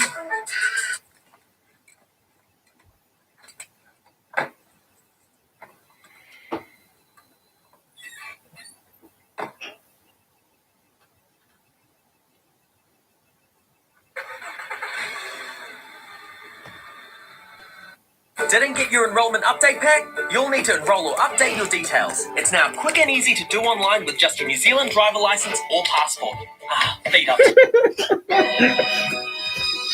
a soul. Feel it in my bones, feel it in my bones. I'm a saint, I'm a saint, I'm a soul. Feel it in my bones, feel it in my toes. I'm a saint, I'm a saint. About conserving animal culture as well. Given that conservation biology as a discipline is defined at that level of kind of conserving populations and species, I'm curious to hear your thoughts. Do we have the scope to be worrying about this as well? Or not? So maybe if you can just talk amongst yourself. Really, tool use behavior seems to begin to be lost with increasing human presence. So humans aren't only modifying kind of populations of species, decreasing populations of species, they're also impacting the behavior of the species or the individuals that remain. Now, in conservation biology, it's defined as kind of being concerned about declines in distribution and abundance of populations and of species. So what I would like to do is just to have you guys have a think about, should we be concerned about conserving animal culture as well? Given that conservation biology as a discipline is defined at that level of kind of conserving populations and species, that behavior hasn't been particularly well integrated into it as a discipline. I'm curious to hear your thoughts. Do we have a scope to be worrying about this as well or not? So maybe if you can just talk amongst yourselves for a couple of minutes and then we'll kind of talk for the last 5 minutes about your thoughts on this. Okay, let's just start with a rough show of hands to see where the feeling is in the room about conserving animal cultures. Who here feels that conservation biology should be primarily concerned and stay primarily concerned with the conserving of populations? Yeah, okay. And who here feels that we should also be considering animal culture and working animal culture into it as well? Well, there's actually quite like a 50-50 split in this room. So let's start first off with thinking about why we shouldn't do it. I'd be keen to hear from those of you who thought that conservation biology should continue to focus on populations and animal culture shouldn't be a concern or a main focus for it. Yep.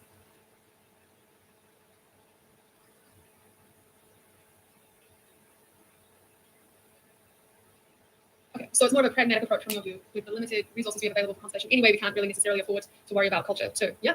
Any other thoughts at the back?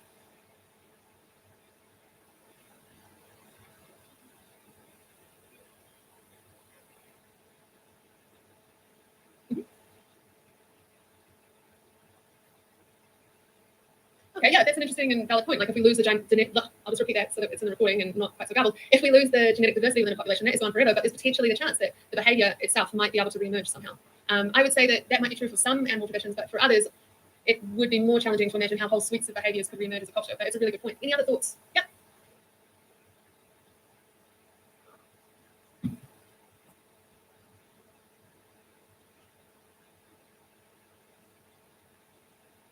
Yeah, so in essence, you can almost say that if you preserve culture, it might give animals a chance to adapt. Is that what you're getting at, or am I paraphrasing that completely wrong?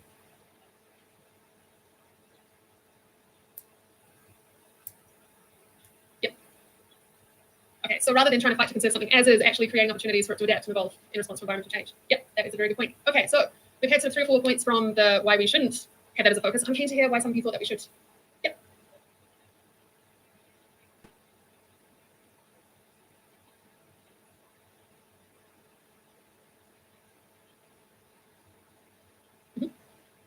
Yeah, so if we focus on conserving culture, we might create more opportunities to actually seed in more beneficial behaviours by promoting group cohesion. Yep, I can see it. I see.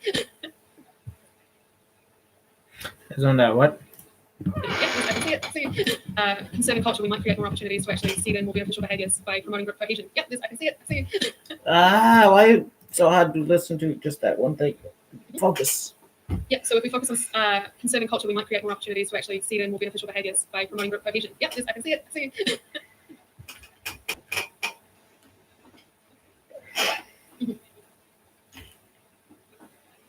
Yep.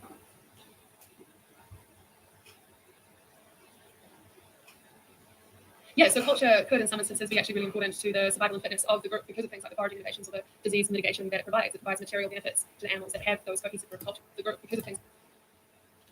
Yeah, so culture could, in some instances, be actually really important to the survival and fitness of the group because of things like the foraging innovations or the disease mitigation that it provides. It provides material benefits to the animals that have those cohesive group cultures. Yeah, this is also a really good point. Any other thoughts? Yeah. Mm-hmm.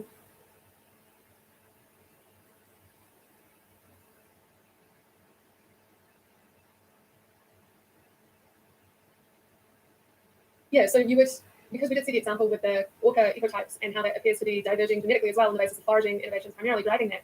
And so it could, in effect, related that to the point that was made about genetic variance, or genetic variation within the population, it could actually be the case that by focusing on culture, you can preserve some of that variation that would otherwise be lost. And if you overlooked it, it's like, one orca is as good as the next. Like, we can't say those ones, we'll just focus on these ones. Then, yeah, we might well lose evolutionary potential by not preserving some cultures. Yeah, any other thoughts?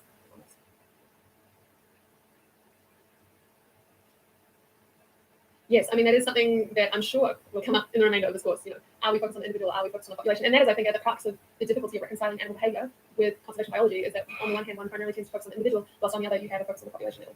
So yeah, I guess the animal culture debate really encapsulates that quite well. Any other final thoughts on animal cultures and whether they should be conserved? All right, I will, on that note, release you. Thank you guys so much for your engagement and attention. It's been really fun teaching the past 3 weeks. Please do the teaching feedback for me because I would love to hear your thoughts on what I did and what I could do better. Oh, thanks, guys.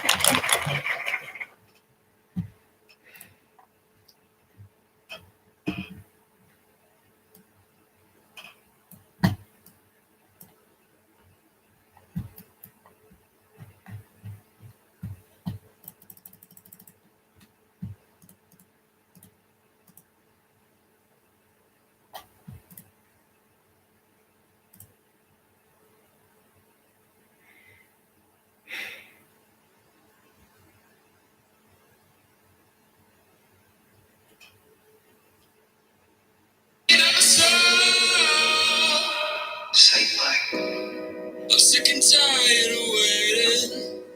I'm sick and tired of waiting by the phone.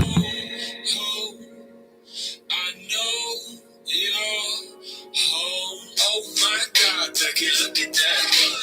Wrist on ice with the voice taped up. Got a head full of dreams and a heart full of love, but I never made the money, so nobody gave a fuck. Friday night, what you wanna do? Solo, hit 'em, do sacrifice. No more Xbox Live in the room. I'm alright, finish 40s while I'm listening to Tattoo.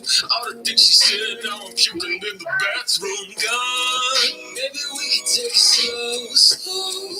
Ain't nobody gotta know. Put the phone back in the bag. And let me get your mind. Let me get your mind. Let me get your mind. Let me get your mind.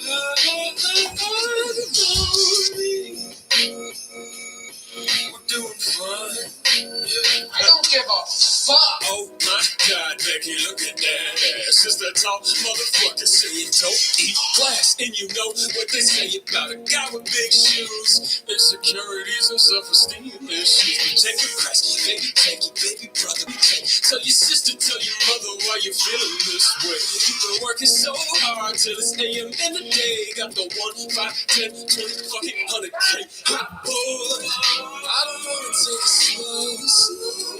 Fuck with anybody knowing. Put the phone inside the trash and let me get your mind. Let me get your mind. Let me get your mind. Let me get your mind.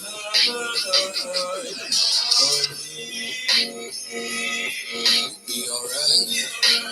I don't give a fuck.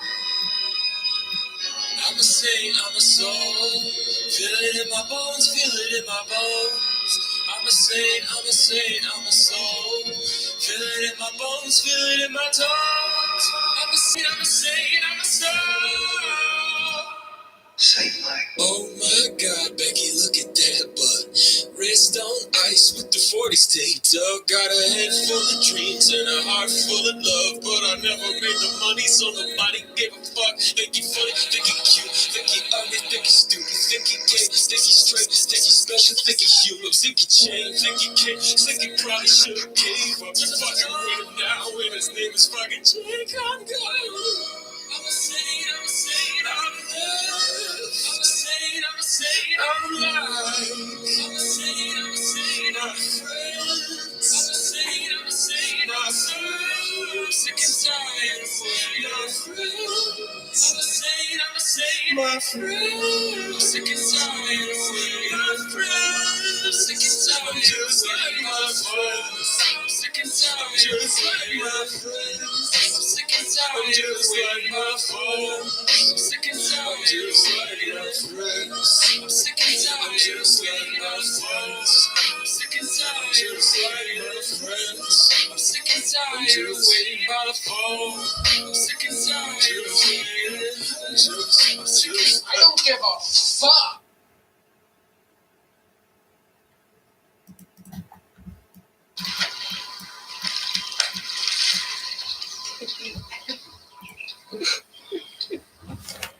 What's the percentage on score out? 7.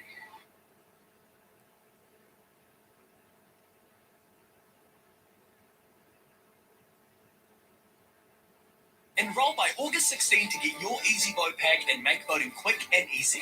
Enrolling is now quicker online. All you need is your New Zealand driver license or passport. Done. Okay, cookies. Just happens. What happens? You got your heart dies. Who cares? I care. That's my shit, that's my shit, that's my shit, that's my shit, that's my shit, that's my shit, that's my shit, yo, that's my shit. Fucking the bitch, fucking the bitch, fucking the bitch, fucking the bitch, fucking the bitch, fucking the bitch, fucking the bitch, that's my shit, that's my shit, that's my shit, that's my shit, that's my shit, that's my shit, that's my shit, yo, that's my shit. Fucking the bitch, fucking the bitch, fucking the bitch, fucking the bitch, fucking the bitch, fucking the bitch, fucking the bitch, fucking the bitch. First summer I ever had, I went to heaven, no coming back. I hit the gym with the duffel bag. I hit you with the ruffle bag. Chips, all on my list. XOXO, XOXO, got that shit, I put my soul on the map like this. That shit sound like this. Me and my dick and his two best friends. On that testes. I got the power to pull up and hop out of the cocaine. Fucking with money and see, man, I didn't know I could feel like this. Like this, like didn't even know I could pay my own bills like this, like I didn't even know I could skip the on the road like didn't even know I could talk to the dead like this. That's my shit, that's my shit, that's my shit, that's my shit, that's my shit, that's my shit, that's my shit, yo, that's my shit. Fucking the bitch, fucking the bitch, fucking the bitch, fucking the bitch, fucking your bitch, fucking your bitch, fucking your bitch, and fucking your bitch.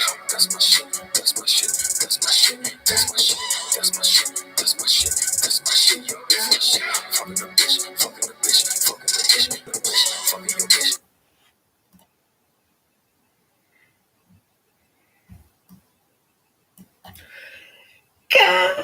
Oh. Good.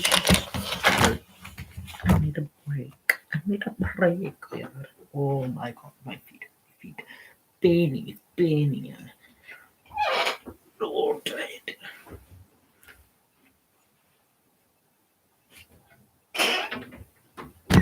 Are you ready to duel? Yu-Gi-Oh!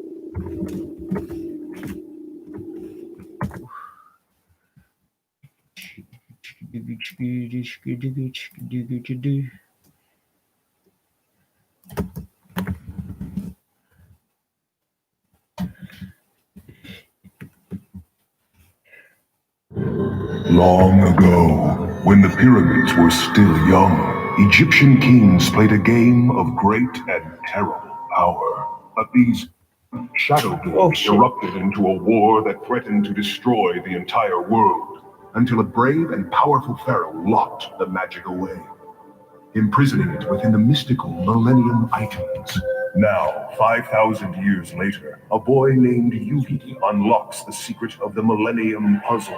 He is infused with ancient magical energies, for destiny has chosen him to defend the world from the return of the Shadow Games, just as the brave pharaoh did 5,000 years ago.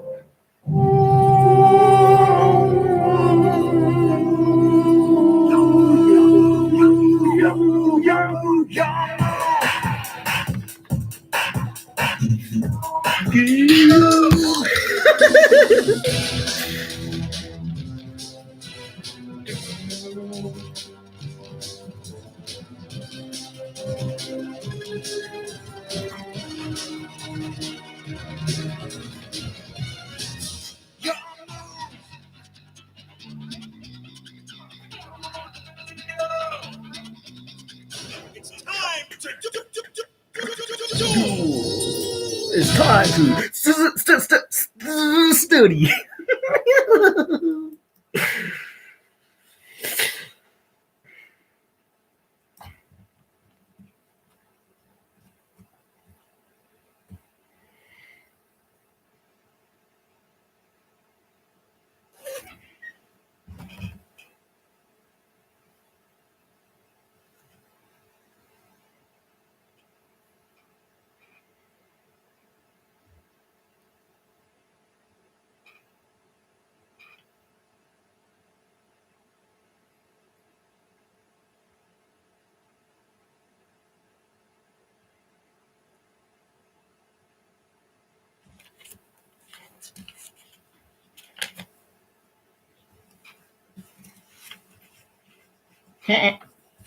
Fixed action buttons.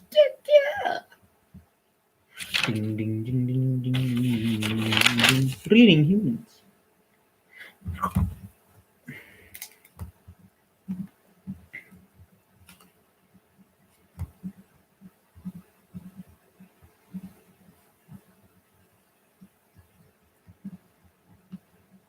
Which is in itself fucking heckin' sick.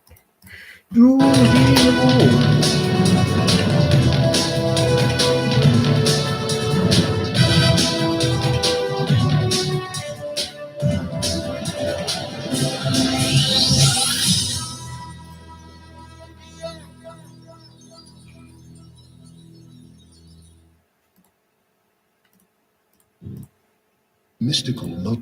A boy named Yugi locks the secret of the Millennium Puzzle. He is infused with ancient magical energies, for destiny has chosen him to defend the world from the return of the Shadow Games, just as the brave pharaoh did 5,000 years ago.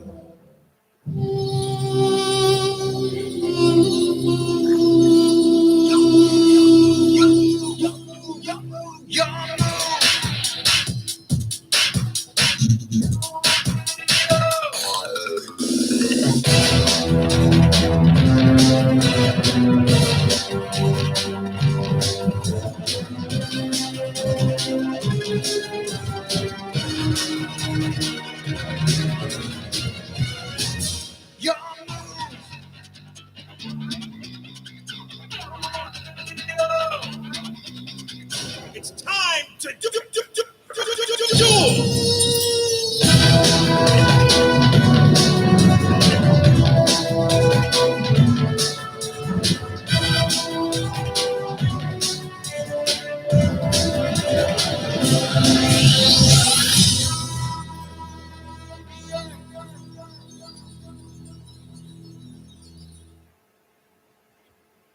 Okay, I need to stop this. It's too lit to study them. You.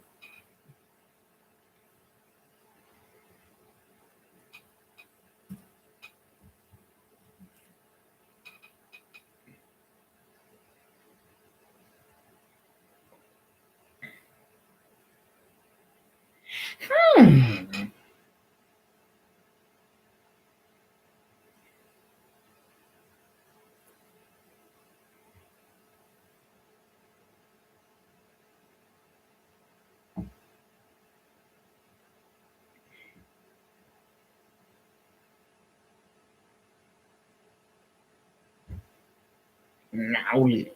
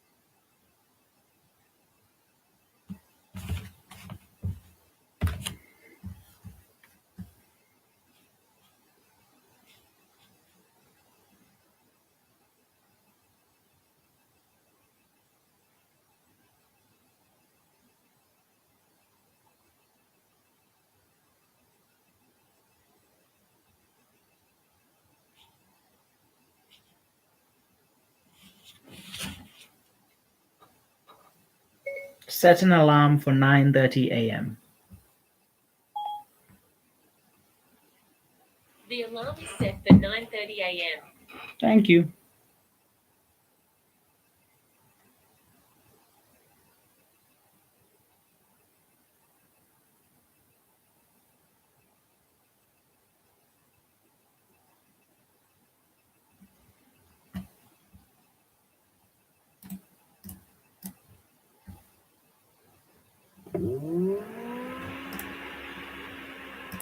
Mystical millennium puzzle.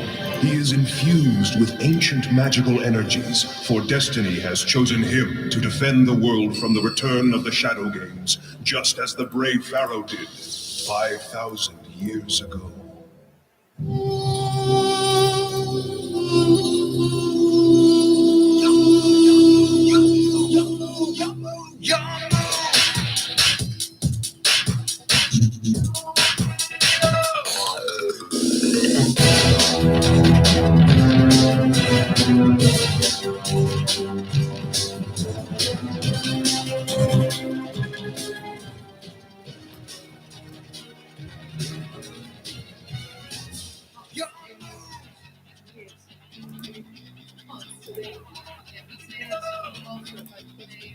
It's time to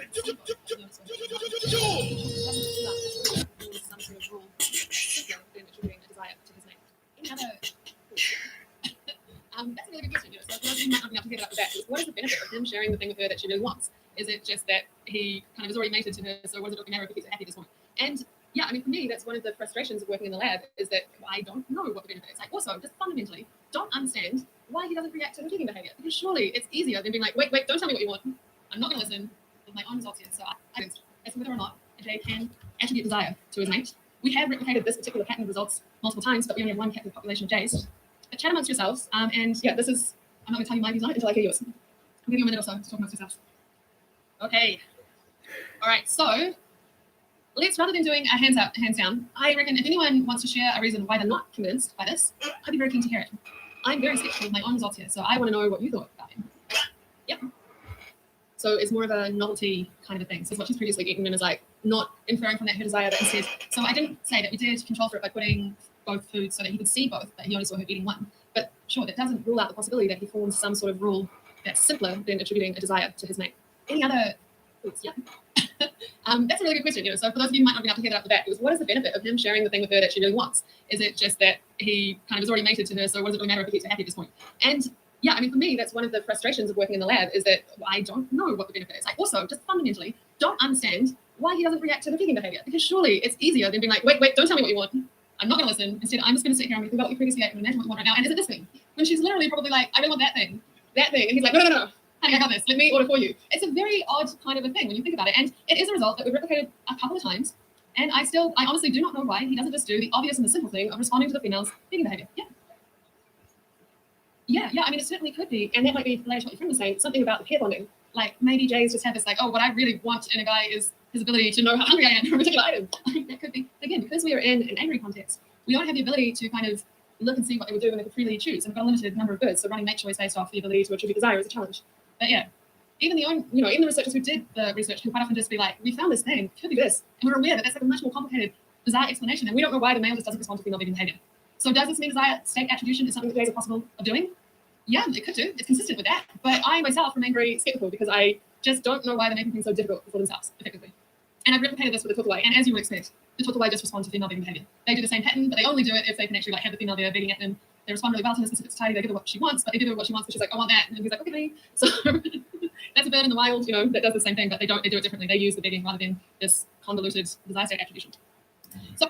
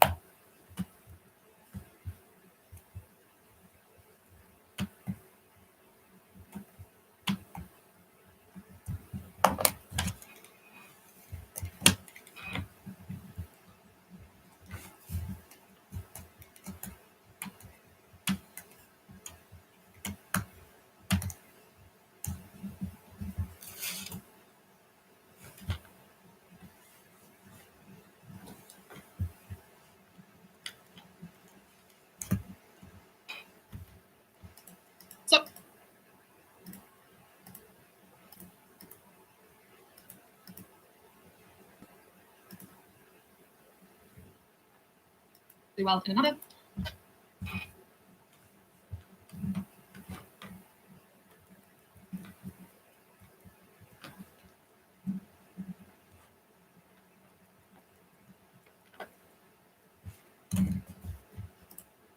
And in humans, PC1 actually forms the basis of what we know of as IQ scores. So essentially your IQ.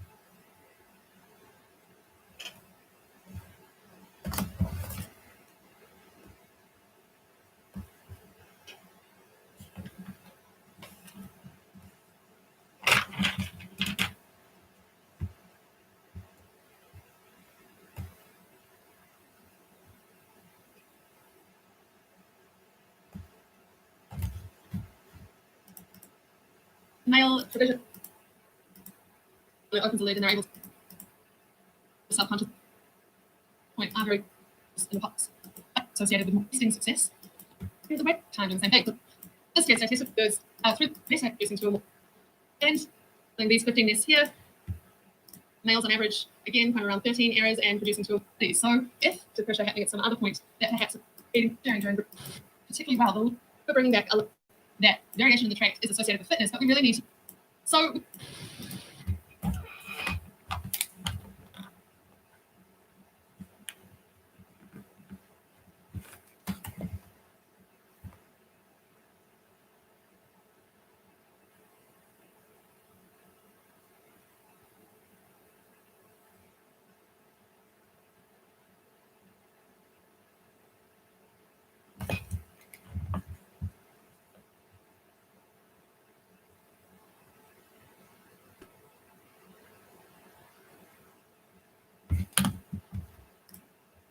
and still, if you remember back to the different kind of criteria that need to be met for selection to act, it's variation in the trait that's heritable and that is associated with fitness. We've shown in some evidence that variation.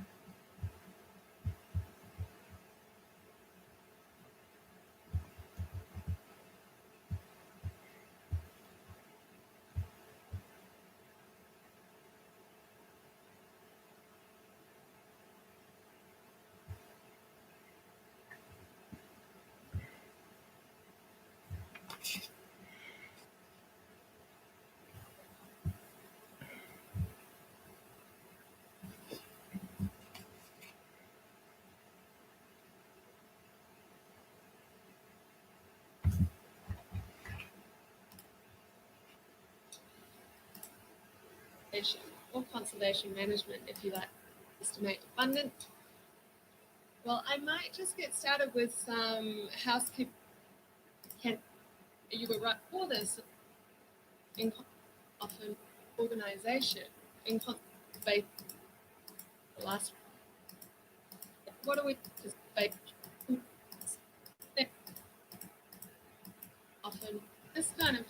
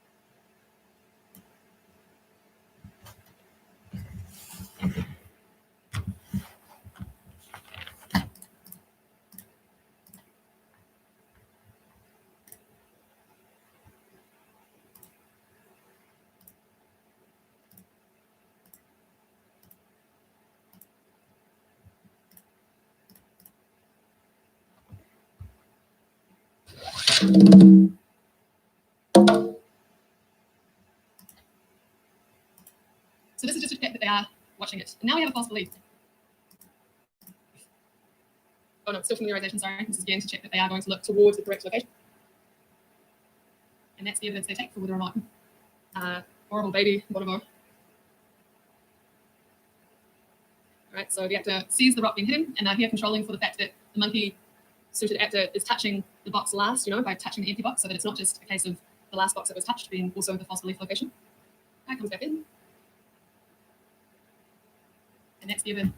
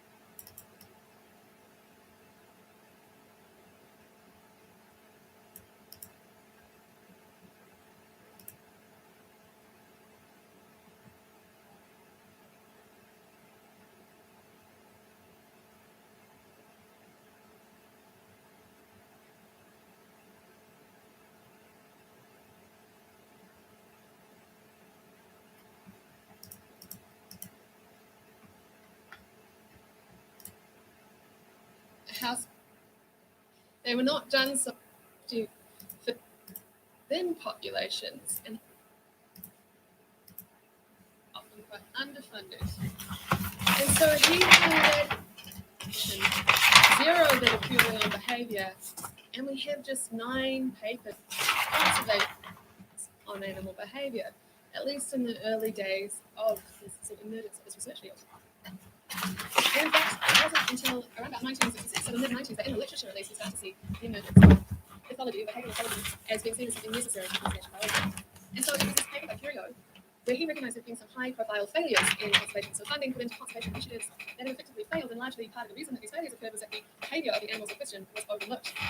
And so he was the first really to make the point in the literature, or make the call that to maximise their success, conservationists would be well advised to even messages resulting from animal behaviour study, i.e. ethology, and or to involve pathologists in the projects. And this kind of seems pretty uncontroversial. It sort of was like, yeah, you might want to know something about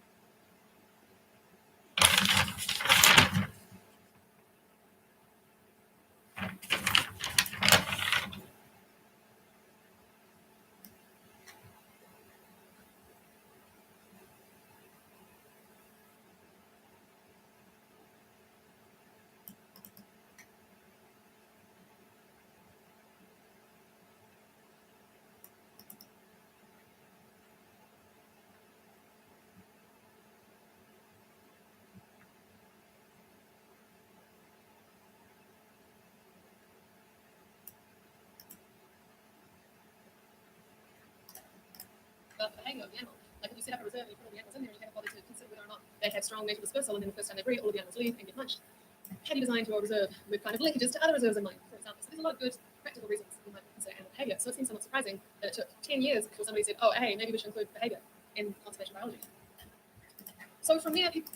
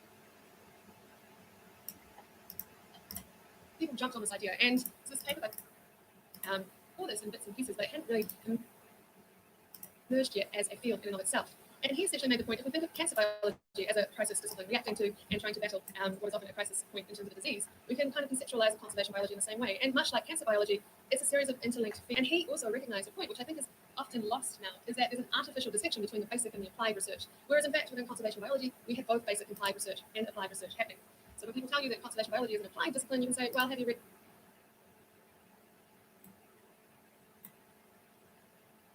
to the founding father Michael Solei's paper, because quite clearly from the outset it was recognized that both fundamental research and applied research are required for conservation biology. One thing is missing from this kind of synthesis of fields that Michael Solei thought were important for conservation biology, that conservation biology was on. You can see we've got population biology, genetics, natural resource fields, social sciences, ecophilosophy, environmental monitoring, veterinary medicine, hazard evaluation, historical biogeography, island biogeography, physiology. It's like he's naming every field of biology except for animal behavior, except for behavioral ecology. And so from the outset, conservation biologists have not really had much of a focus on animal behavior, at least in the early days of this sort of emergence. And in fact, it wasn't until around about 1966, so the mid-90s, that in the literature at least, we start to see the emergence of ecology, or behavioral ecology, as being seen as something necessary to conservation biology.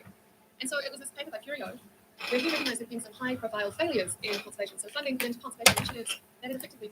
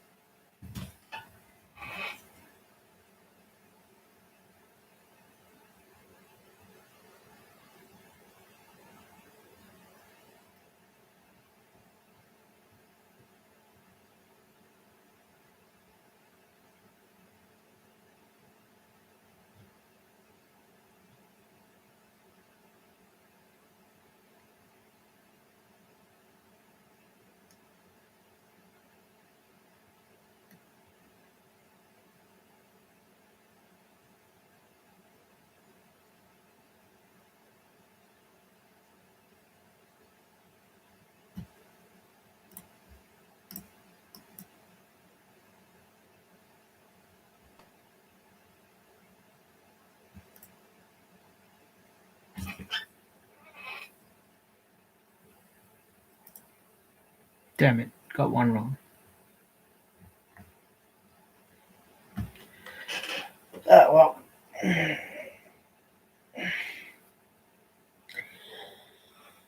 Yeah.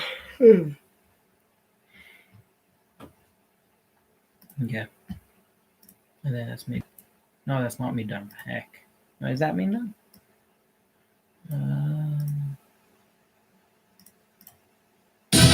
Brave and powerful Pharaoh locked the magic away, imprisoning it within the mystical Millennium items.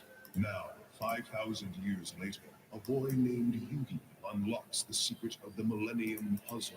He is infused with ancient magical energies, for destiny has chosen him to defend the world from the return of the Shadow Games, just as the brave Pharaoh did 5,000 years ago.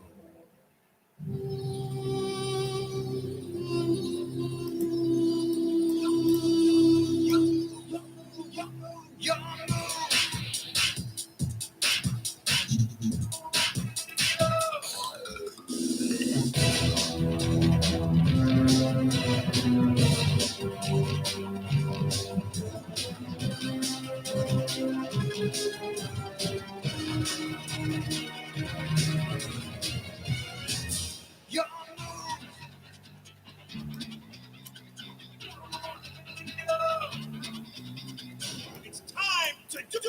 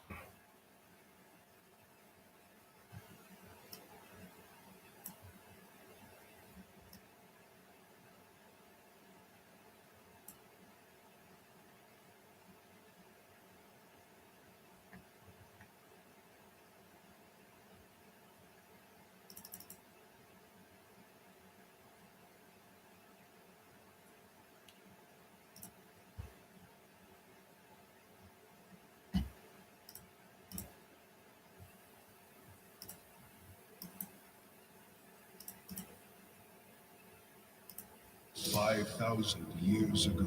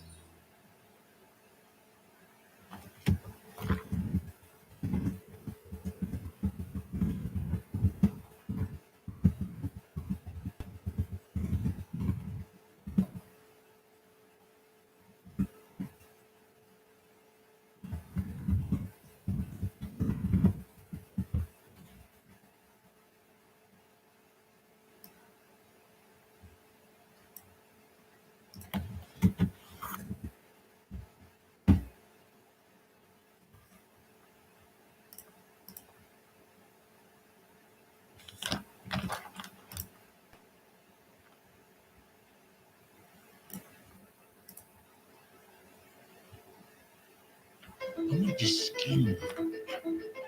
I want your mouth. I want your eyes. You project all these qualities onto me. You don't know me. This is what happens between. If I had a nickel for every time I think I did something stupid, then I'd have a shit on the nickels. That shit was stupid. I run it back, take it back, hold it back, take it back, run it back, run it back, run it back. I'ma kill a fucking white whale. I'ma give the dick a damn heart attack. If I had a nickel for every every time I think I did something dumb. I be as rich as a man and the kids and the decent income. I be rich as this shit, call me young Richie bitch. I'm enough from Macaulay, the coke and the kid. I been stuck on the sea on the hunt for a place. Looking for love, but I only got. You, yeah, you. Know yourself, well, myself said you can go straight to hell. Get it, fuck it up. What's the point of this? Are you jealous? Are you mad? Honey, you don't have. You don't know, baby. For you. If I had a nickel for every time I think I'm falling in love, I don't even like it that much. Shit, I'm in love. Okay, rolling back, take it back, rolling back, take it back, rolling back, rolling back. Who is that? I've been feeling fucking psychotic, seeing you and I'm a perfect comrade. If I had a nickel for every time I talk, I don't ever listen. I bring them the bacon, be making the killing. We're reaching the men, we're at the religions. I'm having a vision, I hope it's a great one. No whammies, that's so fucking regular. I'm not on the dot, go to the bay. Hoping for love with the only girl.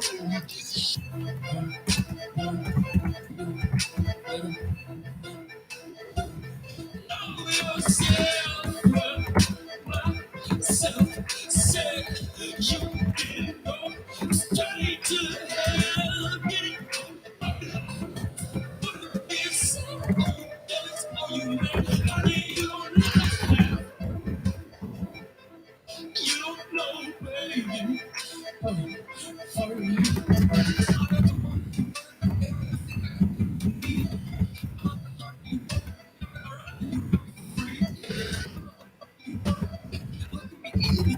But you know, deep in your mind is a sand, singing this blood, you fish in the sea. 17, that's why I'm made love. That's why I'm made love. That's why I'm made love. I'm made Jacob.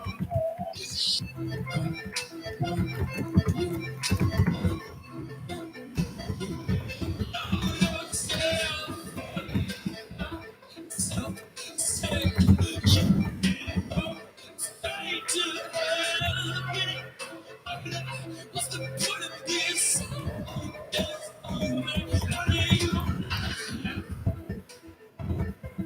You don't know, baby.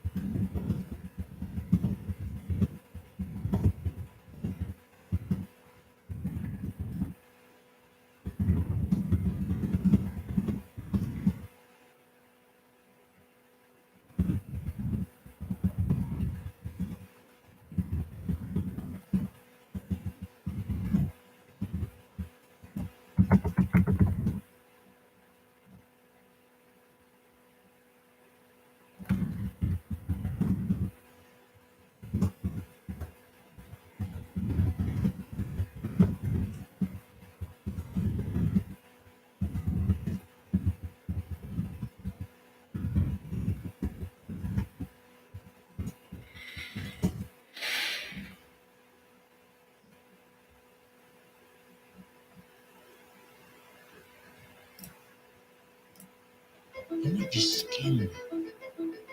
I want your mouth. I want your eyes. You project all these qualities onto me. You don't know me.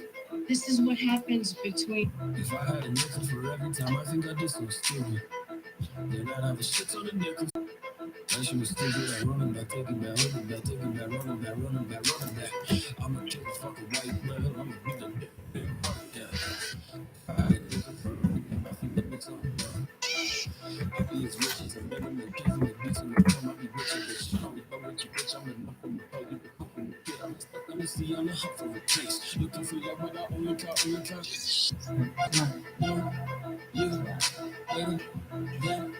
You know yourself, myself said you can go straight to hell. Get it? Fuck it up. What's the point of being sad? Are you jealous? Are you mad? Honey, you don't know how. You don't know, baby. For me. If I had a nickel for every time I think I'm falling in love, I don't even like it that much. Shit on the level, keep rolling back, take it back, hold it back, take it back, rolling back, rolling back. Who is that? I've been feeling fucking psychotic, seeing you and them a prince of Cadillac. If I had a nickel for every time I talk, but don't ever listen. I'm willing to bake and be making the killing. Be richer than men and we're better religions. I'm having a vision, I hope it's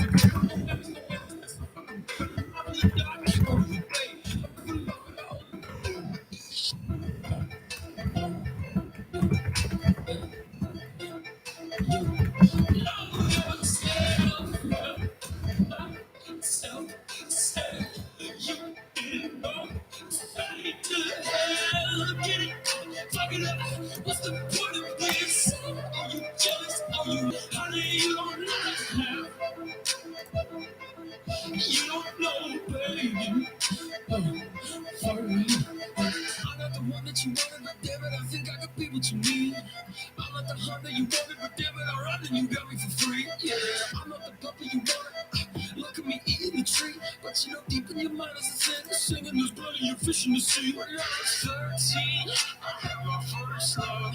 When I was 17, that's when I made love. That's when I made love. That's when I made love. That's when I made a white man named Jacob. You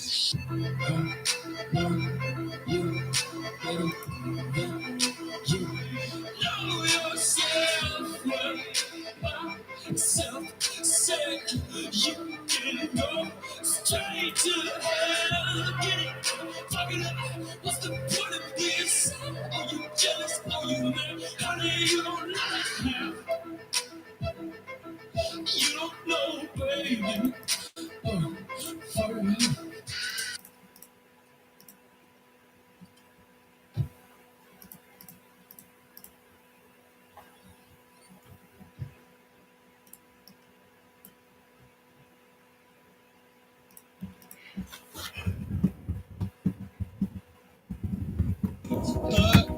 Baby, I wrote that pizza hut, baby, just like you stuff that crust. The year is 1999. PLC's most there's from the radio from Plymouth Voyager. Your pal Ricky leans over and says, "Hey, let's."